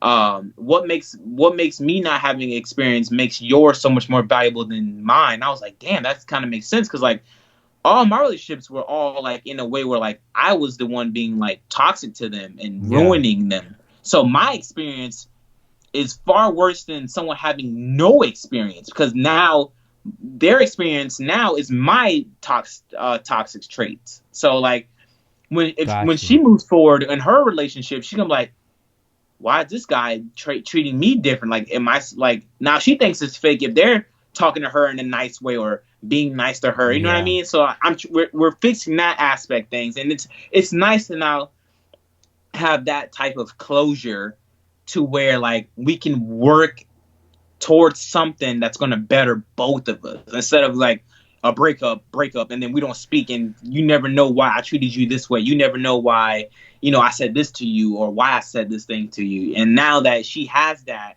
she can now view me better, view me differently, to see where like, damn, like, I see you kind of messed up. And I'm like, yeah, I mean, I didn't realize that like not having my father in my life really, really like made things rough for me. Like I never thought I would have daddy issues Yeah. because like I had my mom there. You know what I mean? I had my mom. She was like mom and dad. She did everything she can. I'm like I'm good. Like I never had those moments of, like I miss my dad or I wonder how my life would be with my dad. So going through my last relationship, I was like always wanting attention. So I would say things to get their attention, not knowing that knowing like I don't mean anything. I would say like, stuff like like I don't think we're gonna like. I would say things like I don't think we're gonna last because I don't know. Like I just feel like it was always me saying things to get their attention because I lacked attention Mm-hmm. from my dad. I've always had that void where like I lacked something or I need to be shown that like that you still ride for me or like you're not gonna go anywhere. You know what I mean? When things get rough, and that's I didn't know that all came from not having a father in my life. I Yeah. never knew that. I never knew that. So when that happened, when I finally realized that like, damn, like I'm really like acting this way because of this. So I came to grips with it. I'm like, okay, I had to work on why I do this. I had to figure out why I would do certain things. Like, I would just do them just to do them without knowing why. It's like I knew it was feeling a void. I just never knew where that void was coming from. And then just thinking about it, and like, damn, like how different my life would be if I had a father. Like Yeah. they could have taught me how to like be a better like how to be a man. I didn't know how to be a man. I basically turned myself into that by going through failed friendships, failed relationships, getting all of that knowledge and expertise to be better. So like me going through all the failed attempts at things that I've been through taught me how to become a man and still is teaching me, and I still have so much more to go without having that older father figure in my life to like guide me. I'm doing it all on my own. So Yeah. it's like it's hard to maintain a relationship with someone who is so used to having their father in their life or their mother or having those type of experiences where I grew up in a single household and my brothers are out doing what they got to do, my sister was doing what she had to do. Like no one really paid attention to me and how I needed to be loved and cared for. So when I get that in something different, close the door. When I get that in something different, is like how do I know like if it's real? Like how do I know if it's gonna last? Or how do I know if like you're not doing this for your self gain? You know what I Yeah. mean? It's tough, man. It's tough. It's a tough thing to go through. What people like when I see stuff on Facebook and people like girls be posting like I don't need man, like I don't need no guy for this and that. I was like, you say that because what your mom said to you when you was a child. Yeah. Your mom was always telling you that your dad ain't this, your dad Yeah. ain't that, and saying that she don't need no man. And now you have that mentality. Now it's generational. When you have kids and it don't work with the person you're with, you're gonna tell your kids the same thing. Oh, your dad wasn't this. Or you can be independent. You never need nobody, and this and that. And it's like with me, I can't. When it comes to being with somebody, I get that you want to be independent, but I need to feel needed. Yeah. I need to feel wanted. I need to feel like you need me in order for this to suffice. You know what I mean? And like, it's hard finding that because every girl nowadays is like, I don't need you for anything. And I'm like, how do you think evolution works? How do you think you need like we all need each other, friendships, relationships, we all need each other. People that grow that mentality like they don't need nobody, like you can do everything on your own. That's not true. Some things you can be very self-sufficient, but you still need someone behind you. You still need somebody to count on. You still need somebody to be there, to like lean on, to borrow from, because that's how we grow and that's how everything keeps afloat. And it's just I don't know, man. Our generation, bro, like these '90s kids, the way we growing up, bro, it's getting scary out there because like it's just Yeah. like a generational thing, man. It sucks. No, I feel you do. One of the great things that you said that you do have is being self aware. When Yes. when I started being self aware, that made me realize the things that I was doing in relationships, doing to friends, and doing, just the way that I was conducting myself, that I wasn't really self-aware of what I was doing as to how it was making people feel. But then I have so many feelings and I want people to be aware of my feelings, but I'm not being aware of other people's feelings. Correct. Yep. So I had to learn that. And I also had to unlearn some stuff too. Yep. Things that I've learned while growing up, or things that I've learned because of my environment, my atmosphere, things that I've been around. There's things that I really had to unlearn, because that's not the life that I wanted to live. So when you're realizing that you have more potential, that you want more potential, that there's other things that you want to do, that you want to change your life, you have to realize that your entire life is going to change. Everything around you is going to change. The thoughts that you're going to have are going to change. The thoughts of, maybe my parent was in the wrong on certain situations. Maybe my mom, for leaving my dad, she was in the wrong, not in your situation, but in any situation. You have to look at things you have to look at them and wonder, what happened to make a dad feel like this? What happened to make a mom feel like this? And you can't just get one side of the thing. You have to know everything to be able to understand, like, okay, well, this isn't why my parents fuck with each other, or what have you. And two, that's two different lives. The life that your mom lived and the life that your dad lived are two totally different lives, because they came from different places than you did. They were raised in totally different ways. The way that my dad was raised to the way that I was raised, it was a lot different, but there's still some trauma in my dad, that things that happened to him when he was a kid. And there's been times that I've had to tell him, like, yo, you shouldn't do things like that, because it makes people feel like this. And the way that there shouldn't be a way that somebody isn't learning anymore. Just because he's my dad doesn't mean that there isn't something that I can teach him, because I've had totally different life experiences than he's had. When he was my age, he had to raise 3 kids, he had a wife, and he was the only one working and trying to figure shit out. So of course the stresses and the life experiences that he was going on, and the pressures, were totally different than what I'm going through.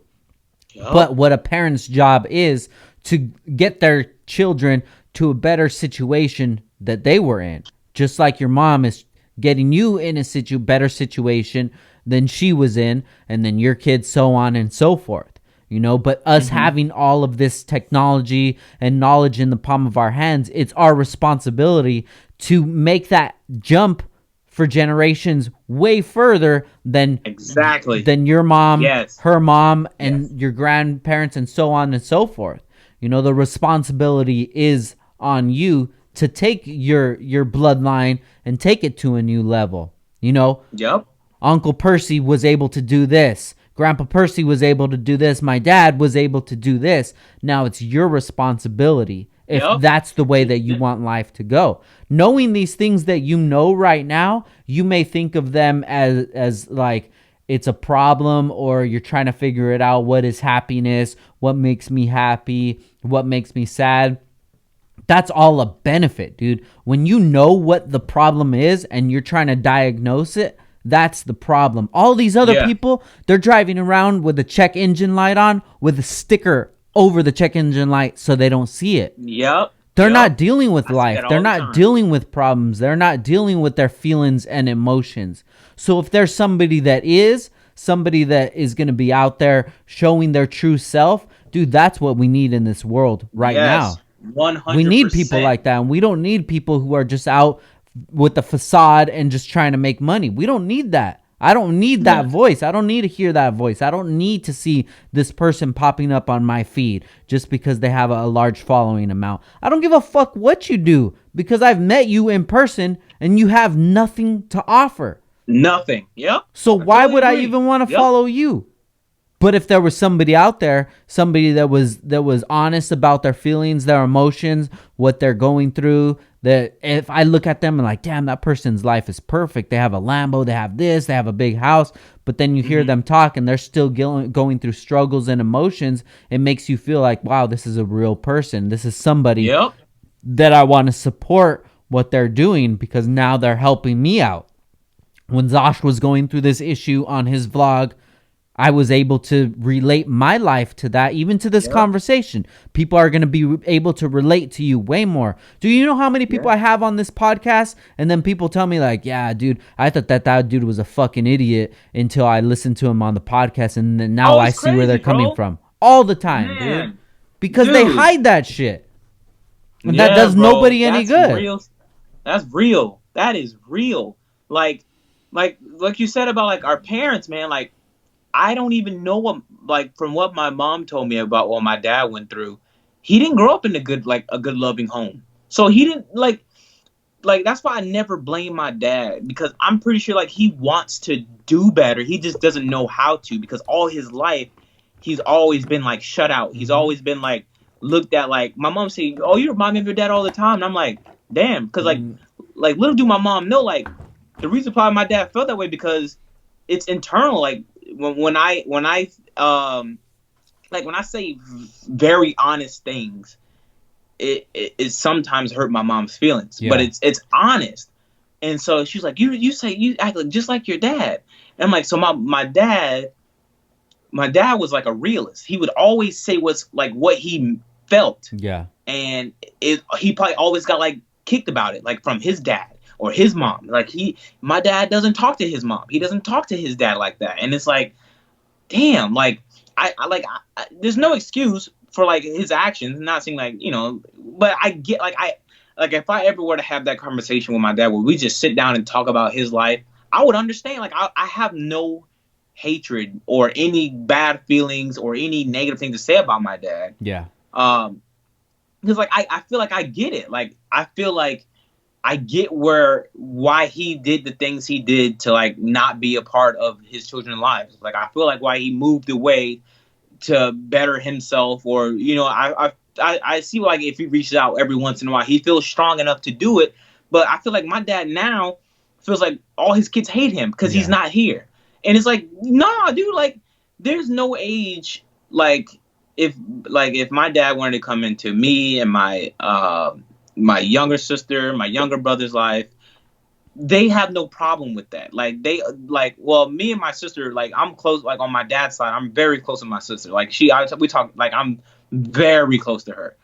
And we talk about it all the time. Like if dad were to come back or in our lives, like we have to give it a shot. Like if it hurts us, it doesn't matter. It's the fact that it's so much strength to try. It's so much strength to just like knowing that, like, because with me, like if I mess up a relationship with someone, I won't reach out to you. I will not do it, because I feel like if I do it, it's just gonna make you grow more resentment towards me, and you're gonna look at me like I'm trying to gain something out of it. Like, oh, you're trying to see if I'm still on you, or you're trying to see if I want this with you, whatever the case may be. And it's like, that's why I never reach out. Like if I have a bad friendship, or like if something happened to one of my friendships, I'm not reaching out, because I think to myself, if I do, then it's going to backfire.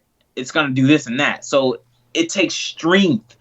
Like if my dad were to do that, like, oh, it took him some strength. If I'm just like my dad, I have his DNA in me. So that's why I feel like I have this code, or this moral compass that, like, okay, I know how he's feeling. Yeah. Like I know he wants to be in our lives. He wants to talk to me on the phone. He wants to say he's proud of me, but he probably feels like I'm gonna be like, oh, no, you just saying that because you see what I'm doing, or you see that like I'm better than like what you know what I mean. I feel that, you know what I mean, and it's like I hope that I have that relationship with my dad before, like if things go bad, or like if I lose him or he lose me. You know what I mean? Like, I hope I can establish, like, damn, like, Dad, what happened to you when you grew up? Like, what made you? Because it's a generational thing. Like, I see that my grandma. I see how she talks about my sister on my dad's side to me. Like, I see, like, she's so negative and judgmental, and having that as your mother, it's like, damn, like, you tell your mom that you want to do this, she's like, oh, that's white people stuff. Yeah. Like what? You know what I mean? Like, so I see where my dad is going. Like I see why my dad is away, or like he feels like family. He doesn't have family, or he feels like no one loves him. I feel him. Like I feel him 100%, and that's how I know. Like if we get to that point, like if years from now we get to that point, like if I have a kid or a wedding, I'm gonna invite my dad. You know what I mean? Because like I want him. I want to build that relationship with my dad while I can, while he's still here, while I still have him.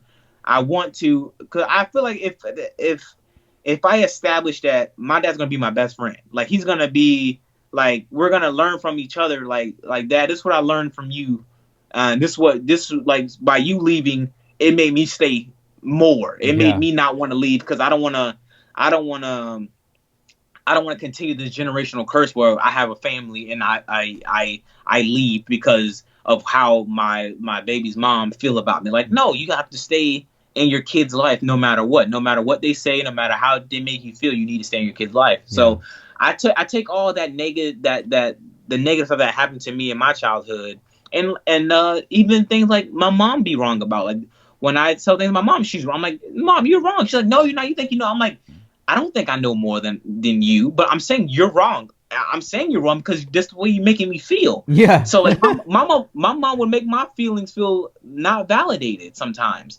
and I'll tell her, but like that's probably how she grown up. You know what I mean? Like she probably felt like when she talked to her mom about how she felt, oh, you can't feel like that. That's not for you. That's not. We got to be strong. We don't cry. We don't let things get us. Like no, like it's crazy. Like it's a generational thing, man. You just have to take what you know and what you learn, good and bad, and apply it to your life. And then when you have your own seed, you water them with what you know, and then they grow to be beautiful people. And that's just something that like we do need more of. We need more people to be real and not be so cookie cutter and not trying to drive around with that sticker covering the check engine light, because we need to have full transparency, and we need to talk about our feelings, because it's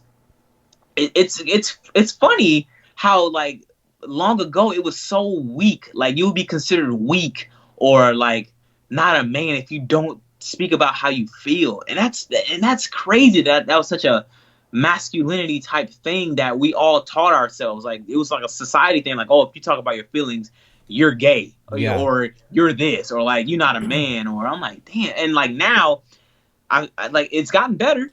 More people are talking about it. But like this, it's still that stigma that like, especially like men of color or illegal aliens or people who aren't white, the superior race, they say.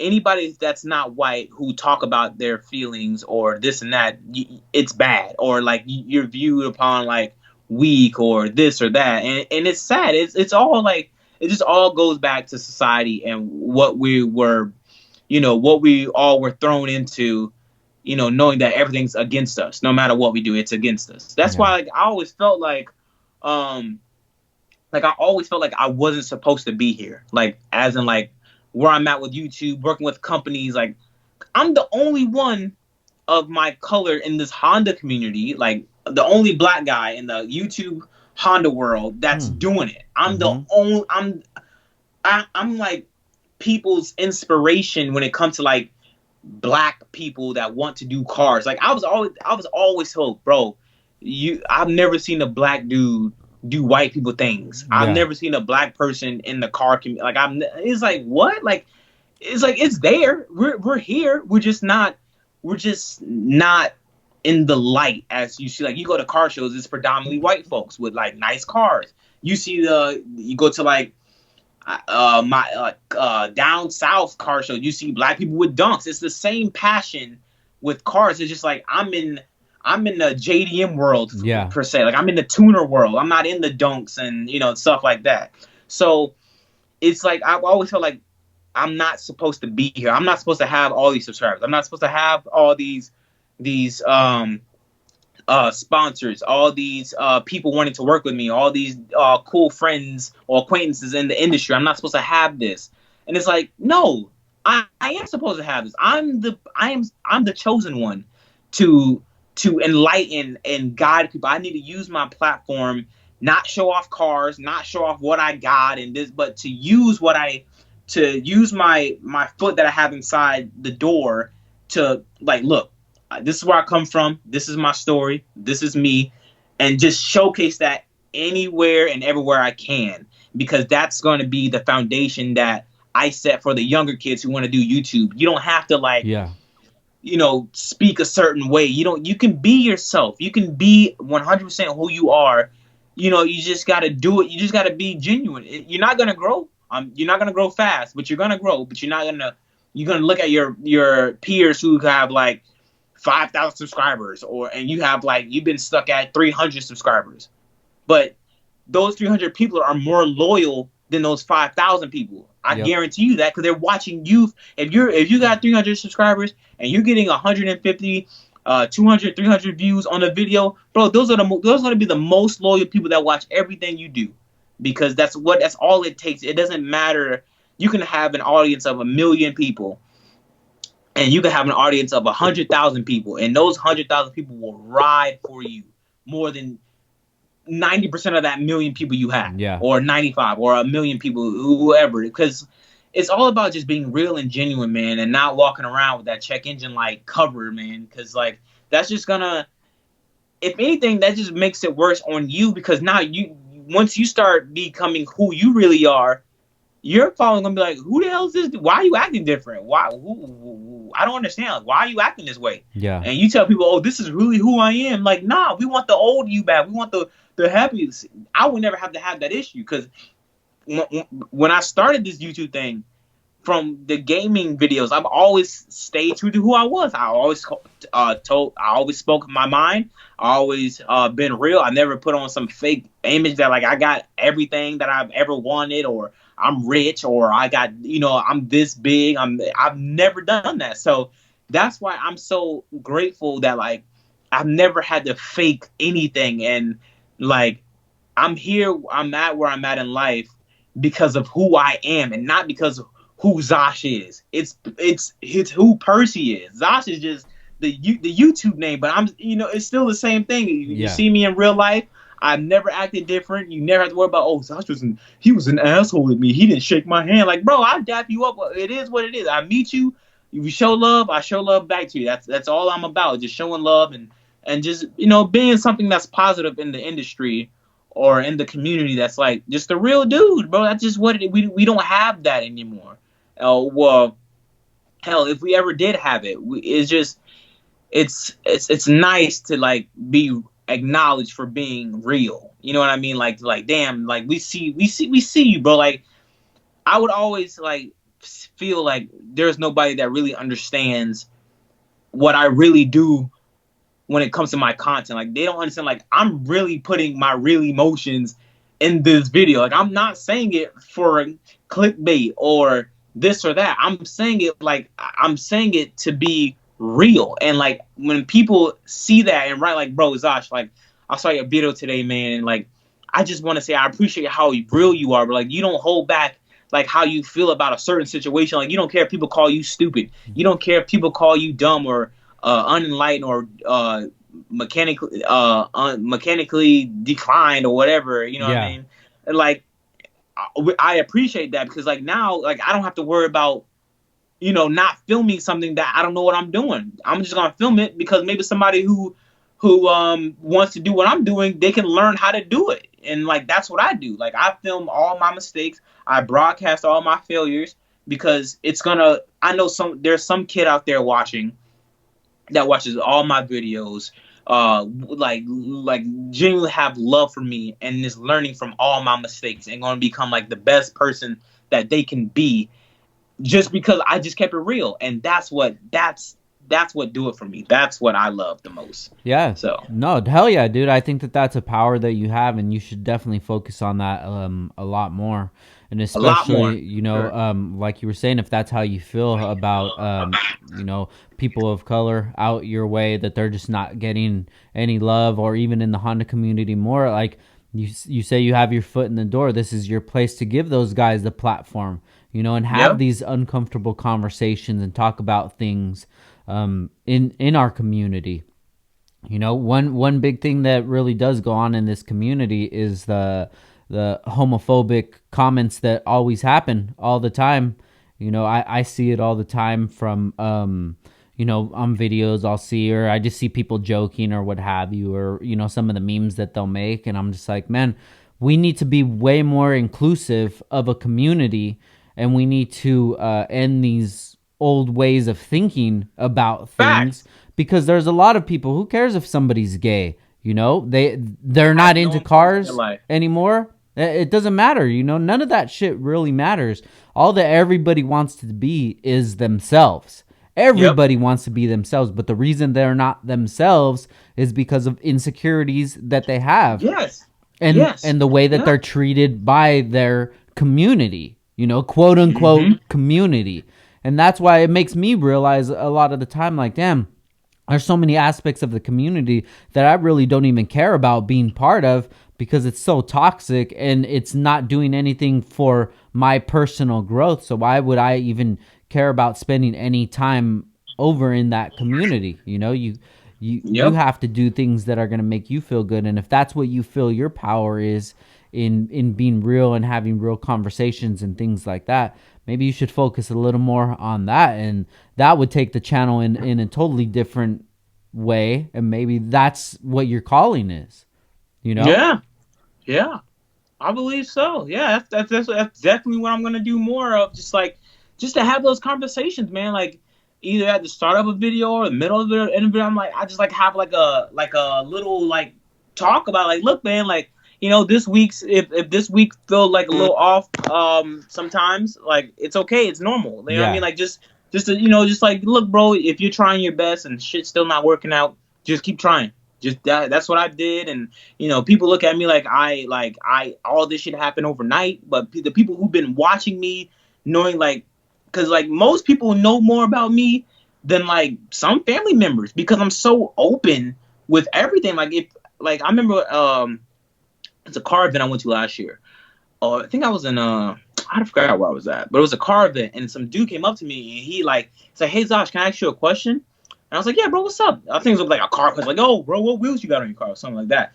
It's like, man, like, how do you not give up when everything you like? What he was like, how do you not give up when everything just keeps going wrong? He worded something like that, and like we had like, bro, this car event. I'm talking to everybody. I literally like, bro, let's just go talk about it. So we walked the car event. I forgot what event we walked in. We're just talking about life, and the dude was like, bro, I felt like his soul was like at peace, because like I felt like in his voice, like when he was talking to me, like telling me his story. I told him mine, like, bro, this like, bro, there's things that people that don't think, like I told him like all the times that like I just wanted to die, like I just didn't want to be here no more. Like I tried googling ways on how to like kill myself like painlessly, like how like to like how to set up something to where like if I do go, then like my mom wouldn't have to worry about like covering the cost of everything. Like just Wow. I was just talking to this man like on some therapy stuff, and like at the end of our conversation, when like this man, like I felt like he was at a much better place. Like, I mean, he had to be like 16, 17, like a young dude, man. And we walked around the whole car event just talking. And like at the end of that conversation, I felt like his soul was at like at peace. Like he found closure with like how it like growing, like how to move forward now that he talked to somebody whom he heard talk about it through his birthday recap video. You know what I mean? It's just I don't know, man. That right there, it's amazing that like I can tie that into everything that I do, with where it's a hobby or it's a passion, but just talking to people on a spectrum where it's like just being real. It helps more people. Like people, man, it's such a it's a good feeling that like when it like when it's all said and done, I hope my legacy would just be like, oh, you just a real dude. That's like that's it. Like nothing special. He was just a real dude in the industry where people just they were too insecure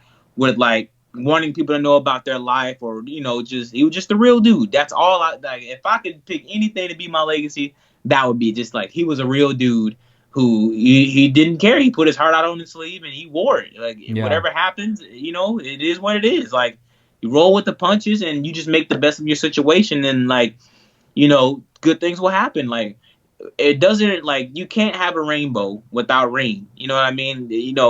If it don't rain, then it'll always be a desert. Will always just be dry. It'll never Yeah. be nothing happening. You need rain to have. You need to fail at things. You need to have to try again more than once. You need to not always have it perfect the first time around or have it fail. You need to go through those experiences so you can learn and just grow. Because without mistakes, you don't grow, or without having to go through hard times in life, you don't really see the beauty of life. You know what Yeah. I mean? Like you don't really appreciate what's in the now. So that was a time, man. That was amazing. I think that was a great moment in time for me. And then crazy enough, like last year was like the last car show, was called the Acura Honda Classic. Hmm. So I met up with Honda Pro Jason there. Oh god, man. Dude, Jason, man, oh, god. So we was at this car event down in it's like near Fort Lauderdale, Florida, basically. Gotcha. And so I parked my car inside the event or whatever. So I come up to this dude's car, like I didn't know he was a fan or not. I'm like, man, this is a nice car. He's like, oh, what's up, Zosh? I'm like, what's up, bro? And we we're just talking, and man, like I forgot how we got on the topic, but this dude was praying for me. Like we prayed together. This man said, I want, like, he was praying to me. He was like, I wish Zosh, I think he called me, no, he was calling me Percy at the time. He was like, I wish Percy nothing but success. I wish, I pray that he finds happiness. I pray that he finds like this bro, like he was saying things that like I would say to, like, he didn't know me. Yeah. Like he know me from videos, but he was praying, like, man, oh man, dude, it was crazy. Like he was praying, he was saying things that like I was saying to myself that no one knew that I was going through. I'm like, bro, this is crazy. This is some, bro, I'll never forget that moment, man. That was the last car show of the year. It was like December 15th or 6th, something like that, man. And that dude prayed for me. Like I said what up to him, shook his hand, we talked about a car. He's like, hey, Matt, speak to you real quick. I was like, yeah, bro. And he's like, bro, I just want to pray. Can we pray together? I just want to pray for you. I'm like, what? Pray for my mom's well-being. And at the time, my mom was like, I promise you, around November, December, my mom had the coronavirus, bro. Bro, so many people were sick. Yeah. Like symptoms that it was crazy. And like he prayed, like he was praying for my mom, and like my mom got better. It was just like how it was happening was just crazy. That's why I got, like, at that moment, I'm like, bro, I know I'm doing something right. Yeah. Like I know I'm doing something, like I'm on the right path of just like I'm doing it. Like, if I stay true to what I'm doing, keep true to like my mind, myself, I know like this is gonna be bigger than anything I could ever imagine. And like, fast forward 6 months later, 5 months later, or whatever, it's just, it is what it is, man. Like it's still growing to be a beautiful thing. People still reach out to me about like stuff that they heard on the podcast or the videos, and like they love it, and they're more like they look at me in a more like like they say they have respect for me, but like they look at me more like, damn, like I really feel for this guy. Like, so they want to support me by buying the merch or by anything that I go out there with. So like, hey, if you want to support me, support this company for working with me, they'll go support it or something. Like they'll write the company. Like it just, that's what I love, man. Like I just love that more than anything. So like, yeah, just being more, just showing more of the Percy side of things than like the Zosh side is really gonna transform more for my channel, where like I'm gonna have the real people come and follow and like just gain life knowledge about things that a 24-year-old been through. You know what I mean? That people in their 30s or 40s to go through. Like damn, like at your age, I wasn't even thinking how you were thinking. I wasn't even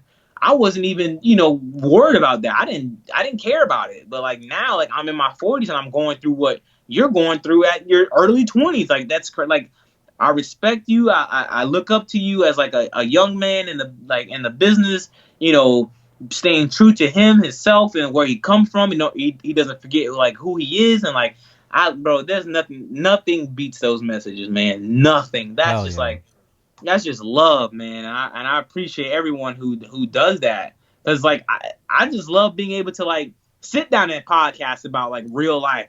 Nothing about like, yo, so what's going on with the car? Or Yeah, what's yeah. next? You know what I mean? Like, you get burnt out talking about that, man. Like, cars isn't everything, bro. Like, it's not everything. Life, you need to live life and love life while we're in this phase of life Yeah.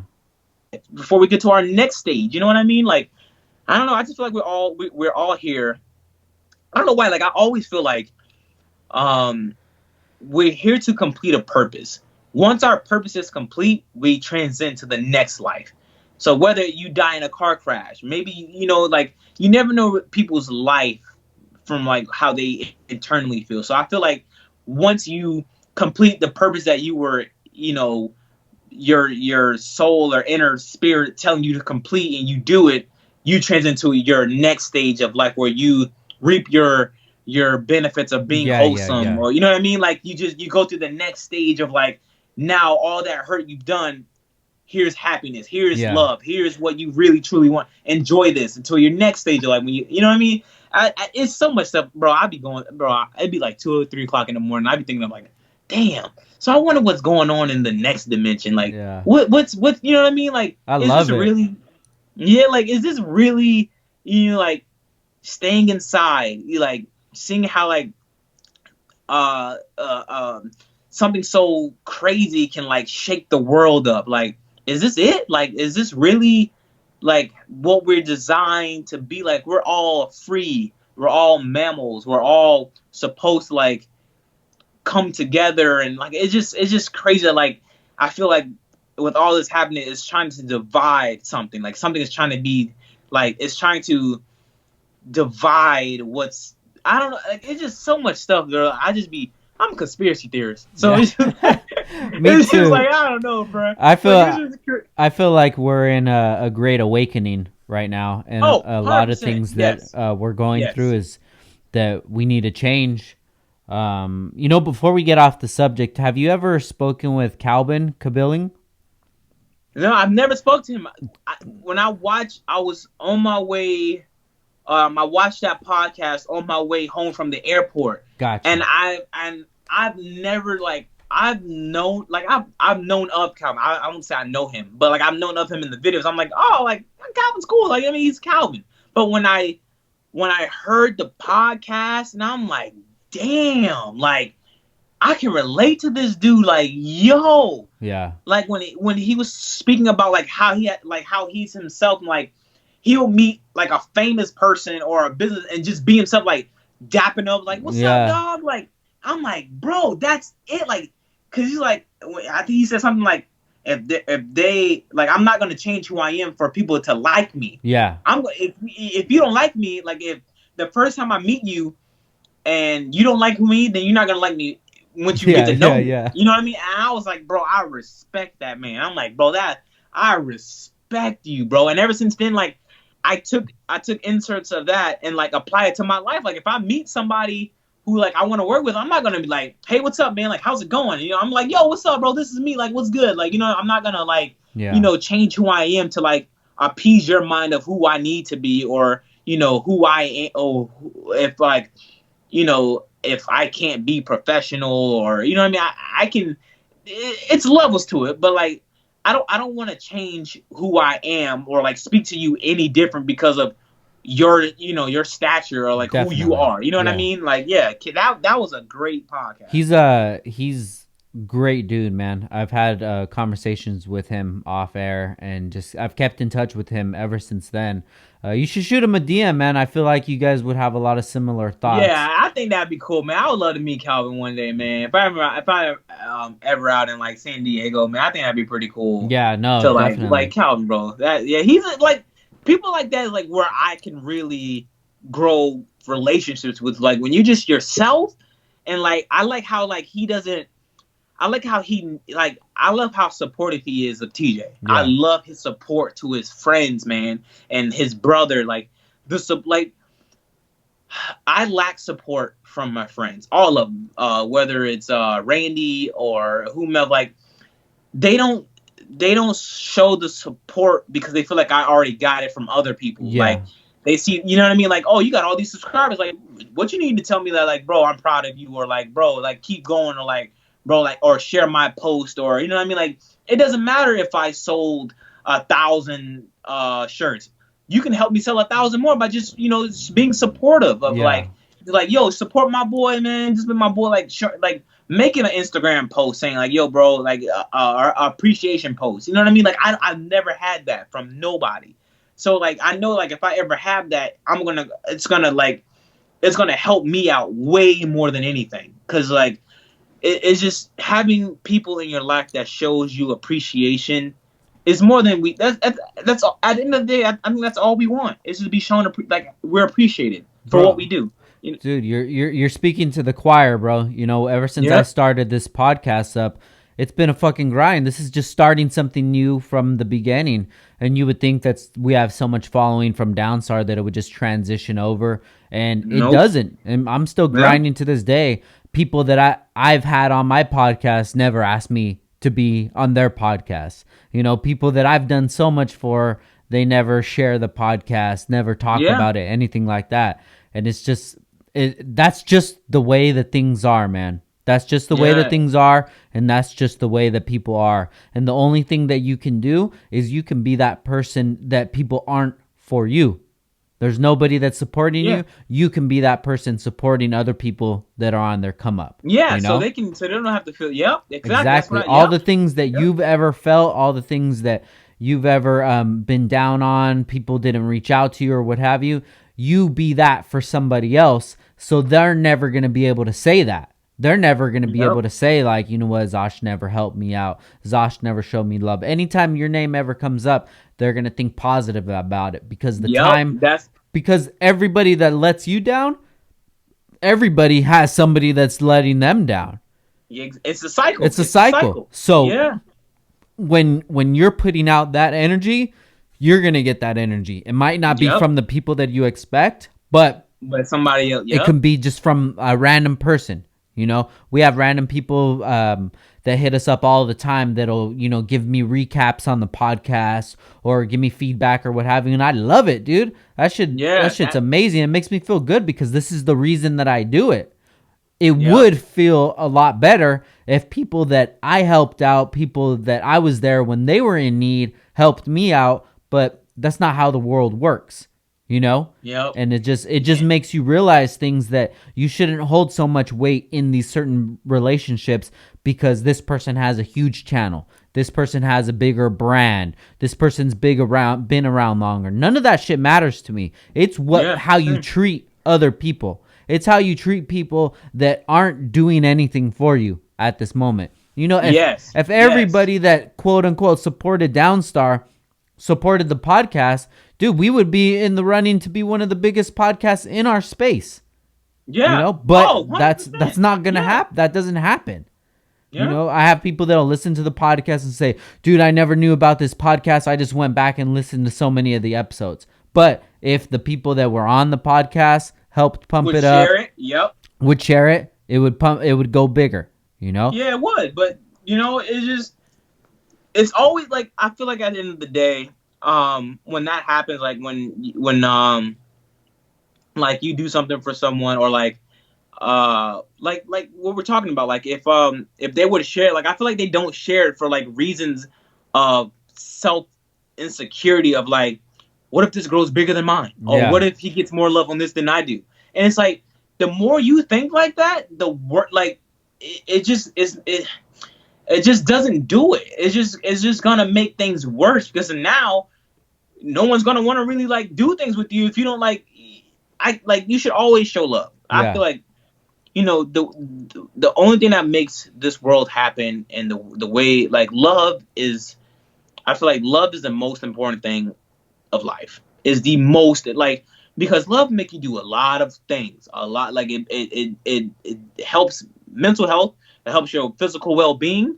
It helps every, like, if you love something or you love someone or you want to show love, you never know like what it can do for that other person. You know what I mean? Just to be shown that love, because nowadays it's hard to be shown love because it's like everything is so social wise, like digital. Like there's no real, like, you don't know what's love and what's just wanting something to do something, wanting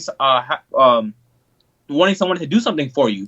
Like you could think it's love. Like, it's weird. Like ever since like all the this stuff's been going on in my life, where like friendships, relationships, whatever the case may be, Drake's music been hitting hella different, bro. Yeah. Like he speaks about things that like, damn, like, cause like I went back to listen to 4 p.m. in Calabasas, and he had like a quote saying, I saw us all as brothers in the struggle to make it out, and it's damn, there's something about like how like he thought like he had his road dogs with him, but like I guess it's different from where I come from, because like they switched out. And I'm like, damn, bro, like it's like the things, some songs, the things he would say is like, bro, he's a goat. Yeah. Like, That's my number goat, one, dog. dog. I love Drake, Bro, man. that man is like his music. Like I see why he raps about the things he raps about. Like, and I remember I used to call Drake soft. I'm like, bro, Drake is soft, bro. Like, why is he always talking about? But like,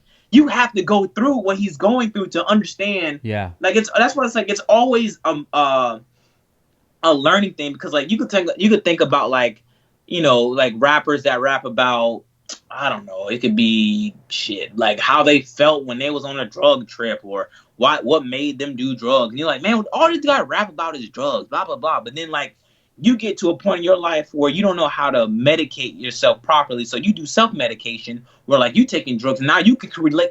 Now you can relate to all this drug-induced music, because like now you see what these person are going through, and like music is like everything. Yeah. Because like Hell music, yeah. man, music is everything. So you could always like, it's hard to feel alone when there's so many good artists, or good music out there that you can listen to, that like that gives you a vibe, like, okay, they went through it, I'm gonna be straight too. And like we all get the perception of like, oh, these rappers or these singers or these artists got it good, they made it, what I mean, they made it out the hood, they got money, they got all the cars, they can fly here, they can fly there. But like we have it better than them sometimes. Yeah. Like they would love to be normal, or to feel happy, or to feel great, or to wake up not being depressed that they have to go do a show, and like they don't want to do it, but they have no choice to make money. And like I used to always think like that. I used to always think that like, man, I would love to be rich, or I would love to be known and all this stuff. But it's like once you get it, it's like it's not the answer. Yeah. It's not the end. The answer is within you are the answer. Honestly, like you just have to figure out what you need to do to answer the questions that you ask yourself every day. And, why am I not happy? Why do I always gotta be sad? Why do I feel incomplete? Why do everybody leave? Why this and this things you have to take accountability for. Yeah. Push. You just gotta just figure out, self-reflect, read books, man. Books help a lot, man. I've been reading, I think I'm on my 6th book right now. Just I read in my spare time. Like I just be chilling, and I'm like, let me just see what's going on in this chapter. And I read it, and I'll learn something, and I'll apply it to my life.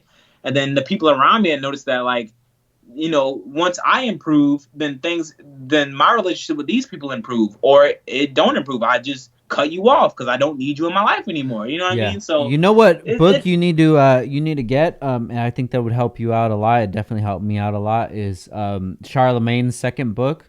It's Shook Ones, Anxiety Playing Tricks on Me. Oh, I gotta check that out. You have to get it, dude. Man. Seriously, just order it and buy the book. Trust me, bro. That's made me realize a lot of things that I was trying to put into words. He was able to put it into words and explain it, and it made me feel so good, dude. And it made me actually really understand the feelings that I was having and what it was and what I can do to combat those feelings. I would definitely recommend you get that book. It's such a good read, man. Yeah, I'm gonna get that. Yeah, I remember when it first came out, I was like, damn, Charlamagne makes books. I remember his first book, Black Privilege. Yeah, that was a good book too. I read like half of that book. because of my friend's book, I read like half of it. I'm like, damn, that's a pretty damn good book. I never finished it. So when his second book came out, I was like, I'm gonna get it, and it always slept my You got to mind. I get had it, other bro. things going on. So, but Amazing. I've been into this whole reading thing now. So I definitely want to get any books like that. Yeah, I definitely want to check that out. Yeah. Definitely. When you start transitioning into a different way of thinking, you'll start noticing a lot of things that people in similar spaces do, and reading is one as well. Yes. Reading, Yep. self-evaluating, watching how you word things, how you treat people, how people treat you, how you accept things being done to you, what you accept people, how they treat you.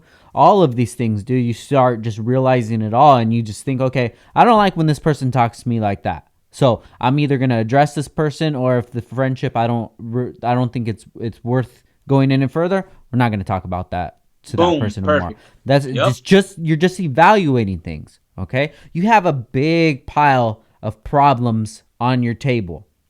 You're going through it. It's just like cleaning out your house.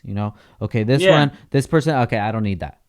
This person, okay, I like this person. They bring value. Maybe we can just have a convo. Okay, that. You just evaluate your life, and then you come to the bare bones of what your life really is. And you're like, okay, well, sometimes I'm just struggling with happiness. I always feel sad all the time. Okay, so why do you feel sad? When do you feel sad? What it is? What's going on? What are these thoughts that are going through your head? Because you know why you feel sad. Yeah. It's in your Yeah. head. It's racing through your head. I feel this way because this person treated me this way. I hold this person so high in my life, and yet they still treated me like this. Why do they do that? Am I not good enough? Do they not value me as much? But what you need to do is you need to be critical of the way that you think about things. Maybe this person isn't aware of your feelings. Maybe you Yes. haven't made them Yes. aware of your feelings. Yes. Yep. That Maybe. was me, dude. That. Oh wow. That was perfect. That was. That was. Yep. That's And it. it's just Yep. evaluating all this so you get to the spot that you genuinely want to be in, and you work towards that spot that you want to be in. This car thing, you can see people that have a bigger channel than you, that have a bigger following than you. Go look at them. Go look at their life. Is this something that you want to be like? If that's what you want to be like, keep doing what you want to do. But if you've interacted with that person, if you know how they are, if you know how they treat people, if that's not what you want to be like, maybe that's not the path that you want to be going down.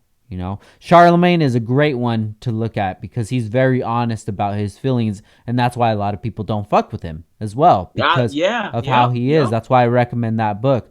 But you just see these people, these influences that you have, whether it's in the Karen community or outside, just in the world, and you look at them and you see the things that you like that they do, and you think like, maybe, I like how that person answers those kind of questions. I like how they interact. I don't like when they do this. You take the good away from people, and the bad that they have, you use that as a lesson. Why don't you like that? Why don't Yep. people like when Charlemagne is straight up and he's an asshole? Is he an asshole, or is he just asking you a question that you don't want an answer?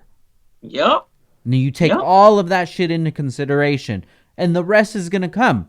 The success is going to come. The followers is going to come. The money's going to come. That's why Joey Lee says, passion first, the rest will follow. Yeah.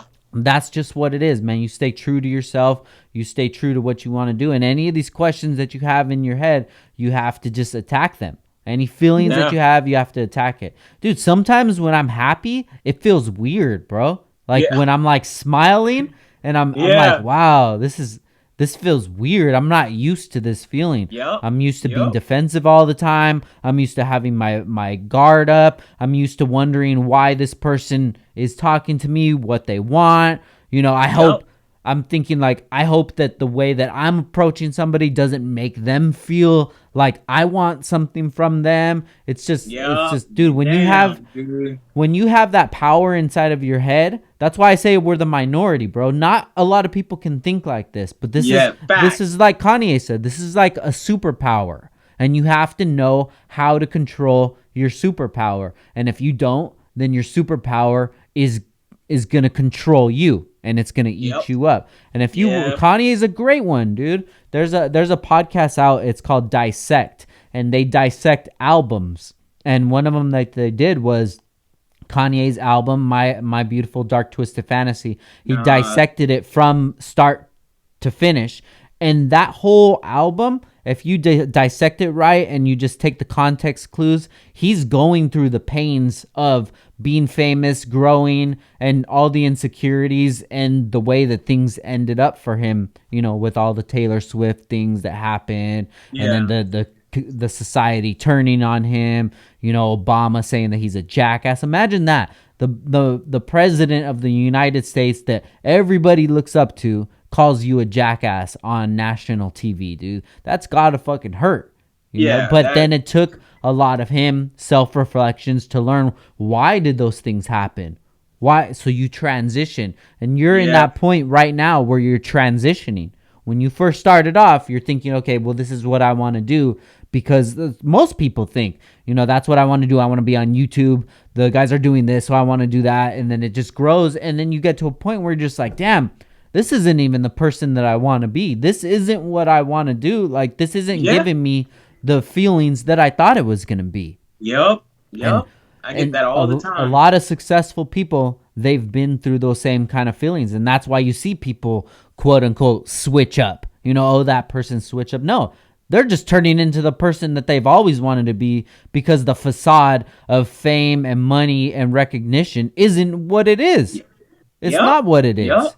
It's just yep. now you have more of these people that are judging you over things that they shouldn't be judging you over, and now all your insecurities are on a bigger platform, so you have more people attacking you. And yeah, you have money, but now what? You buy these cars, but now who are you going to hang out with? These girls that you don't even know if they really like you or they like the fame, Yep. or these friends. You're hanging out with these friends that you don't even know why these friends are around.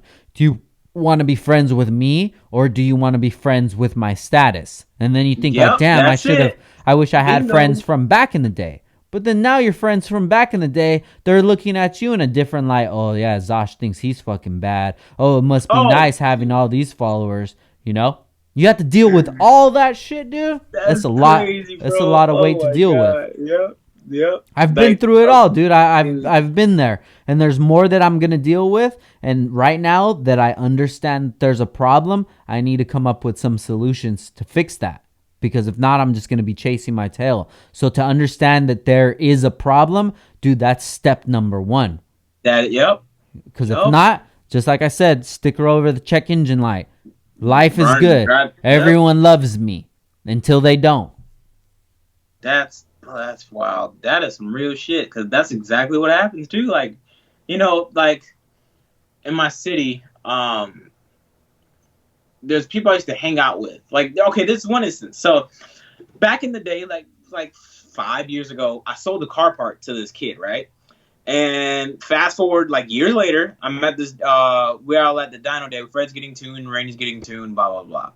So the dude, I get who he told somebody, he's like, oh, I don't mess with Percy no more because he forgot who I am. Yeah. Literally, but it's like it's weird. Like I know what he meant by that because like a lot of people, like I get I don't go to I don't go to any of the car meets around here because like bro, it's retarded. Like the people around here, like they're trying to do donuts and burnouts, and I'm like, bro, I'm just trying to hang out with the friends, cool, chill, drink on a milkshake, cool, drive, cruise home, boom, cool, Yeah. call it a day. So I haven't been to a car show in my city in like 5 years, 4 or 5 years. So I got this thing now that oh, Percy? Oh, you mean Zosh? Oh, he's too good to come out to the car shows. Oh, he's too good for this, blah, blah, blah, Yeah. blah. But it's like, I don't mess with any of y'all to begin with. And it's not like I don't support what y'all doing. I just don't go because I don't want to be around. Like, if I can make myself not be around things that I don't want to be around, I'm not going to go. You know what I Yeah. mean? And it's like, if I do go, I'm gonna host my own event with my friends and or people that like a invite only type thing because like I don't trust people around me who I don't know because I don't know what you want from me. I don't know what you try to get from me. I don't know if you try to like get at me or to rob me, whatever the case may be. I don't know people's intentions. I never know people's intentions, and that's why I got like a really bad anxiety thing, like a social anxiety. I hate being recognized in public where I live, like or anything that's not at a car show, because I don't know.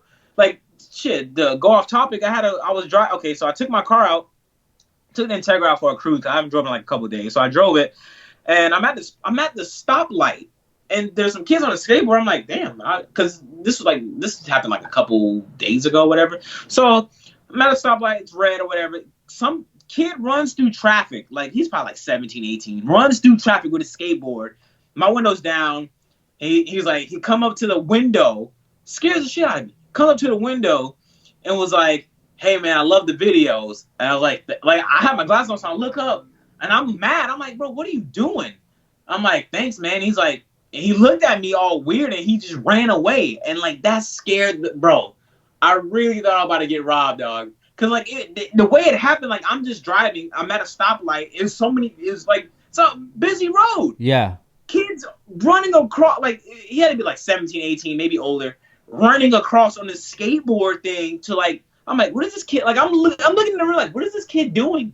Little I know he's come up and run up to me to say hi. Yeah. Like, I hate it. I hate, like if I'm out at Walmart and like people like, yo, sorry, bro, or like yelling, I'm like, oh, bro, because like I never truly know someone's intentions or whatever. So speaking of which, like yeah, like this kid was like, oh, like he don't know me. And granted, I forgot how the kid looked like. I mean, It happened 5 years ago. My life has changed in the past 5 years. So it's like, I'm like, man, like why do people like they try to like make me feel bad for who I am or how I got into life? But I'm like, most of the people I've started out knowing, I started out like with them, like working a regular job, not following my dreams, whatever. I just decided to like, I kind of like creating content. Let me just do this more and see what happens. And years later, this is where I am, and you are where you're at because you didn't choose to do what I did. Yep. And like, you know what I mean? Like, it doesn't make sense to like people's mentality to always like down shame somebody who made it out when you had the same opportunity. Like all I did was pick up a camera. Yeah. That's all. I didn't do nothing fancy. I didn't meet no crazy people to put me in the game. I literally started with a camera and I just started filming what I did. And then people started watching and then all this stuff came about. Anybody can do it. It's just up to you if you want to do it. Yeah. So it's like that mentality of just like, oh, like look, he thinks he's hot now. He thinks he's big and bad. I'm like, no, I think that I followed my heart and what I want to do in life, and it paid off. Sorry, you don't understand that. And it's just like, it is what it is. Like I just laugh about it. Like when I hear stories about that, about like people like, oh man, he too cool for us, or I'm like, bro, y'all just don't know. Like it's not that deep, bro. It's not. Like the way you feel, that's something internal with you, bro. Yeah. 'Cause I've never felt that way about anybody who I seen come from nothing and became successful. Like if anything, I'm in your corner rooting for you because I know where you come from. I know, like, there's nothing in my city that comes out of it besides like a couple baseball players or a football player to make it. Like people that in the entertainment industry, nobody really makes it out of Port St. Lucie, bro. Like nobody does it. So like when I do it or whatever, you should be happy knowing that where we come from and our circumstances, like it's boring place. You either have to drive 2 hours to Orlando or 2 hours to Miami to like network or film one video that hopefully will grow your channel. I made everything happen in this city, doing it with my friends and my resources, and that's it. So like instead of downplaying somebody or making them feel like they're making your own personal self feel better by dogging this person, trying to talk bad about them, you should uplift them and like cheer them on and support them. So then, you know, if that's you in the future, you don't want people talking about you like, oh man, he thinks he's big now because he got 1,000 subscribers, or he thinks he's big now because he got shared on this page. You know what I mean? It's like, it's a cycle that people continue to do. They hate to see people who was in the same position as them do better. Like, it can't be like that because that just stunts your growth and your own personal journey of becoming a person of oh shit, hold on, decline. Sorry, Mark. Yeah. That just declines your way of like becoming the person you need to be by just showing like fake love or hatred or Yeah. something like that towards somebody who's been nothing but positive. You know what I mean? It's just an It's just excuse. That's all it is. yeah, They make excuses for themselves because they don't think that they have the possibility, the resources, or the strength to even get there. And facts. that's a shame because anybody can do it. If I can Anybody. do it, anybody could do it, but it just Yep. takes hard work. So if you're ready to work Yep. hard, then you can do it. And if you're not, then just know that that's your conscious decision. You're making the decision to not make it. That's your Yeah. decision.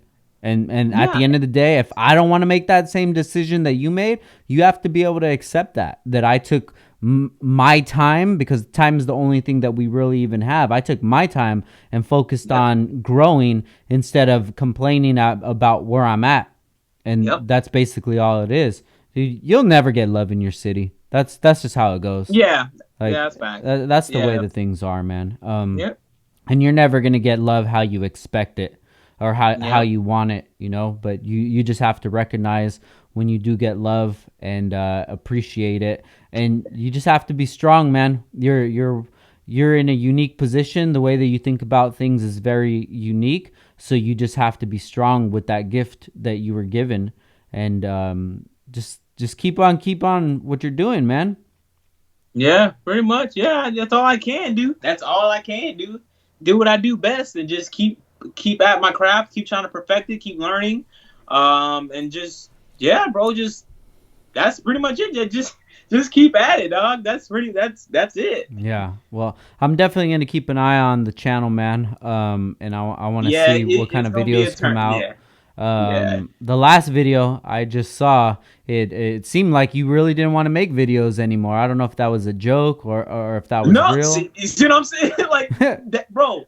It was so the last video I created was like I filmed for like 2 days or a day and a half, and then like I stopped for like 5 days.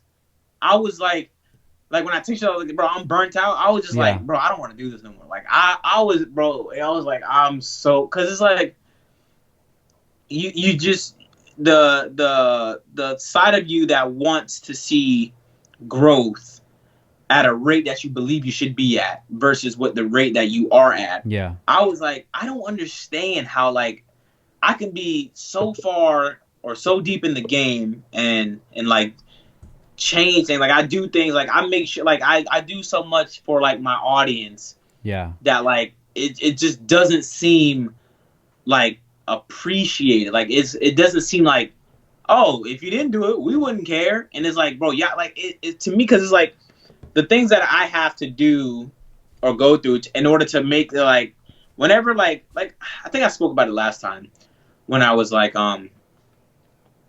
whenever I work with a company, I always try to like make sure they take care of my audience. yeah, Like anything I can like if I work with you, like before I click accept to this sponsorship or anything like that, will you be able to take care of my audience by offering them some type of code or like just something? Because I don't want to be that like it's a moral thing for me. Like, I don't want to be somebody that's gloating about all these fantastic sponsors I have and can't share the wealth with others. yeah, So like with getting hooked up at my Acura dealership in Fort Pierce, like down the road, they do 20% off and free shipping to anybody in the United States. If you just call and say, "Oh, I watched a Zosh video. I was Oh, wondering if I can nice. get," you know what I mean? Like I make sure, like with whatever I do, I want people to be taken care of because like if I was randomly on YouTube watching I just bought my Integra and I'm randomly watching a YouTube video and I come across Zosh videos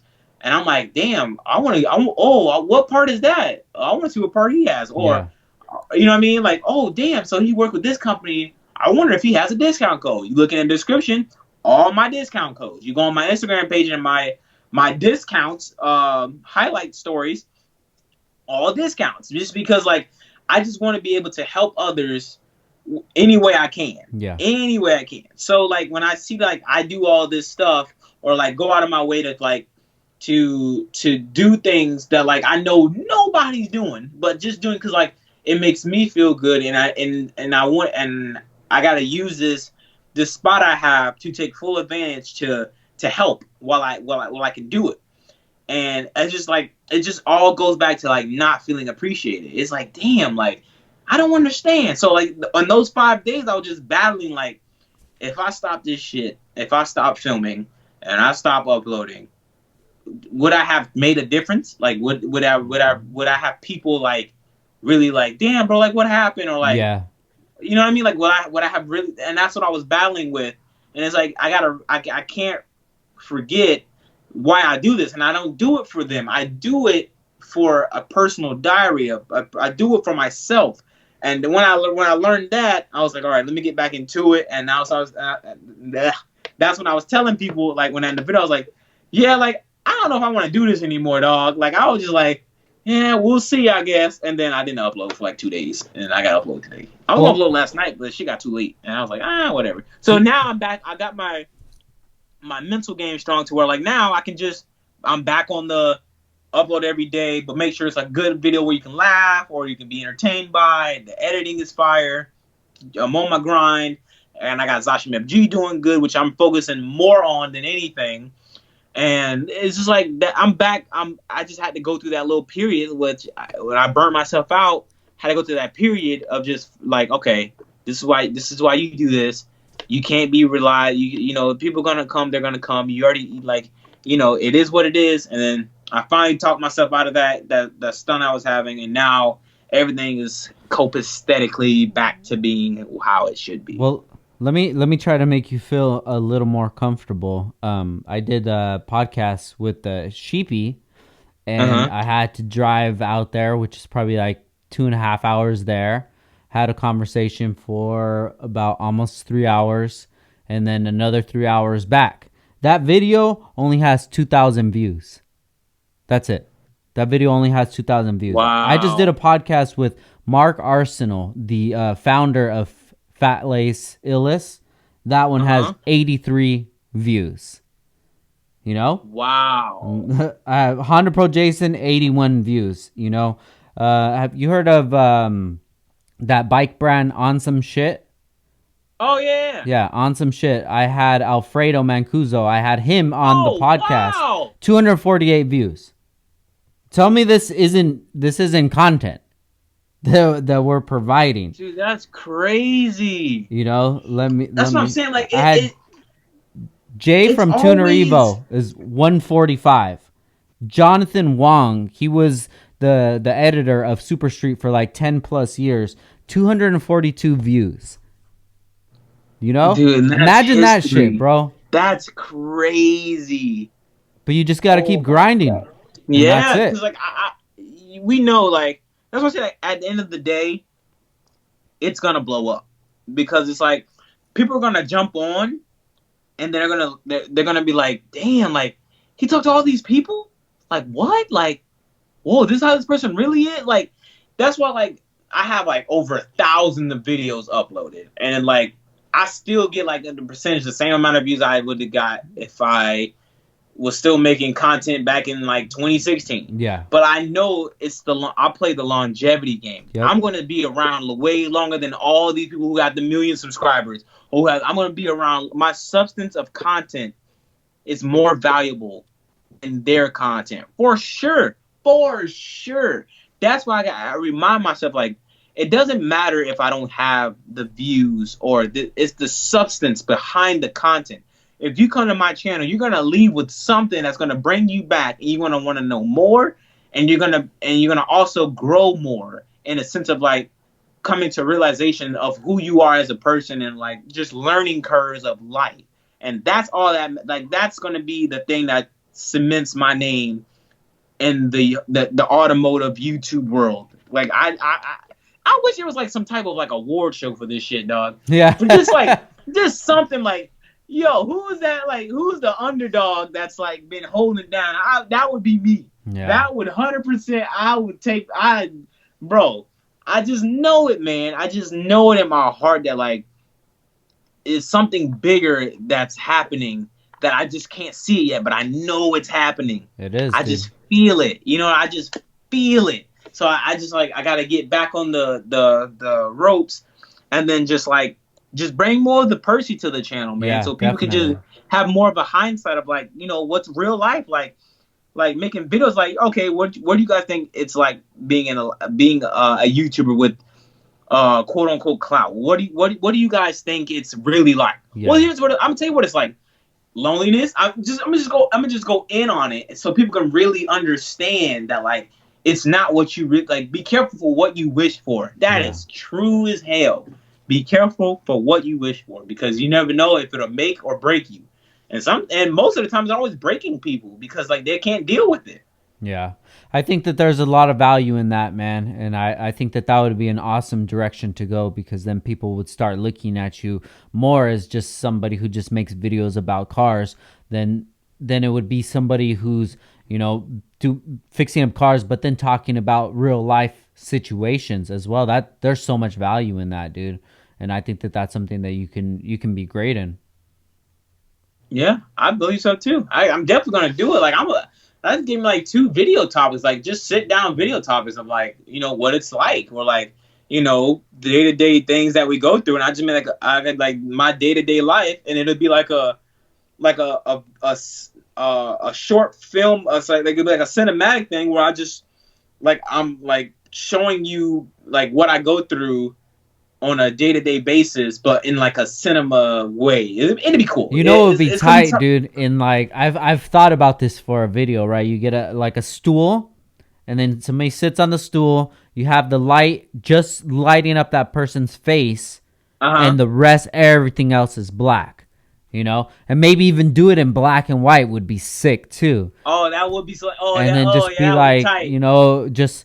just talk about like whatever you want to talk about. If there's a subject, and then look, guys, this I really like talking about this. It feels like a therapy to me. If there's a subject that you guys want to hear about my life, or if there's something that you're interested in, leave it in the comments, and then just go through the comments and say, you know what, I'm dealing with relationship issues or something like that. Then you could do another video, and maybe that shit can take off, and that could be like another segment of the channel. Yeah, another thing on. Yeah, for sure. Hell yeah, I like that. Yeah, I'm pretty sure. I know for a fact I'm gonna get more into this, man. Like I'm gonna like cause that for me, like especially during this time right now when people are home and like they can't run away and like they can't like escape the home life. They have Yeah. something to like yeah, you get what I'm saying. I think that'd be perfect. Dope, man. I just gotta do that. Dude, Yeah, I like that. I think this was a great conversation in the making, man, for sure. Oh hell We yeah, needed man! to talk about this. It's always, man. I love it. I love it. Hell yeah, dude. Well, fuck, Zosh. I love to see your growth, and I love to hear that these are the kind of things that you're thinking about, because this is only going to be good from here.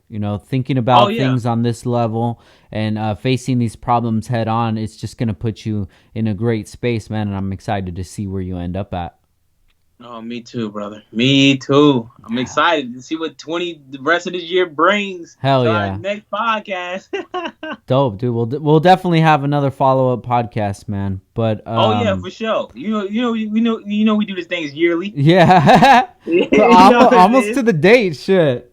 Yeah, in fact, every year in April. Yeah. Sometime in April, baby. But if you ever need to talk, man, you can always hit me Oh up, yeah, I already dude. know that, bro, for sure. I know that for sure. Yeah. But Josh, I appreciate you sitting down and being so Of honest course. with us, man. And Yeah, man. Yeah, of course, got to be. Got to yeah. be. Got to show people like it's real life. We're real people. No, You know what I hell yeah, mean? dude. So before we get out of here, where can people find you at? You can find me on YouTube at youtube.com/ I think / Zosh, or just type in Zosh. Instagram, it's Percy Mescuddy, but you can type in Zosh. I'll be the first one to pop up. You can follow my brands page, ZoshMFG. You can talk to me there as well. Facebook, type in Zosh. Twitter, Percy Mescuddy. And that's it. Yeah, that's where you can follow me on all my socials, man.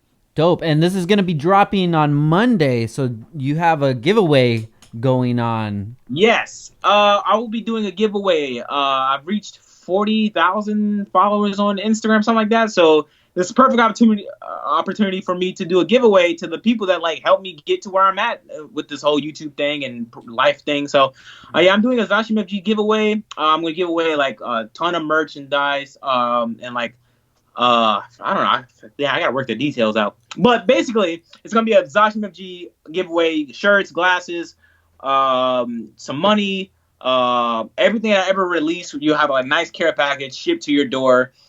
Details, I don't know yet. I think I'm just gonna do it more towards the people that follow Zosh MFG and supported the company so far. So that's pretty much it. If you want to enter that, well, shit, it's probably. Oh no, yeah, you can enter it. So it goes live Monday, Yeah. and I'll do the thing Friday. So yeah, just come over to the Zosh MFG Instagram page and enter. Well, read the post for the how to enter details, and yeah, that's it, man. My Zosh MFG Worldwide Essential T-shirt recently dropped as well. So if you want to get that, that'd be very appreciated. And yeah, that's it for me, man. Dope. Well, Zosh, thank you for your time, man. I really appreciate it. Hell And yeah, anytime. huge thanks to our sponsor, Heel Toe Automotive. They've been around since 2002 selling parts online. So if you need any parts for your Honda, check them out at heeltoeauto.com. Great part supplier. Very honest. And they've been around since 2002. Shit, even longer than I've been around. So huge shout out to them, man. Me too. And thank you guys for listening. Thank you guys for the support. If you can, please just tell a friend about the podcast. Help share it and help spread the love. This is Downtime with Downstar, episode 163, and we out. Peace.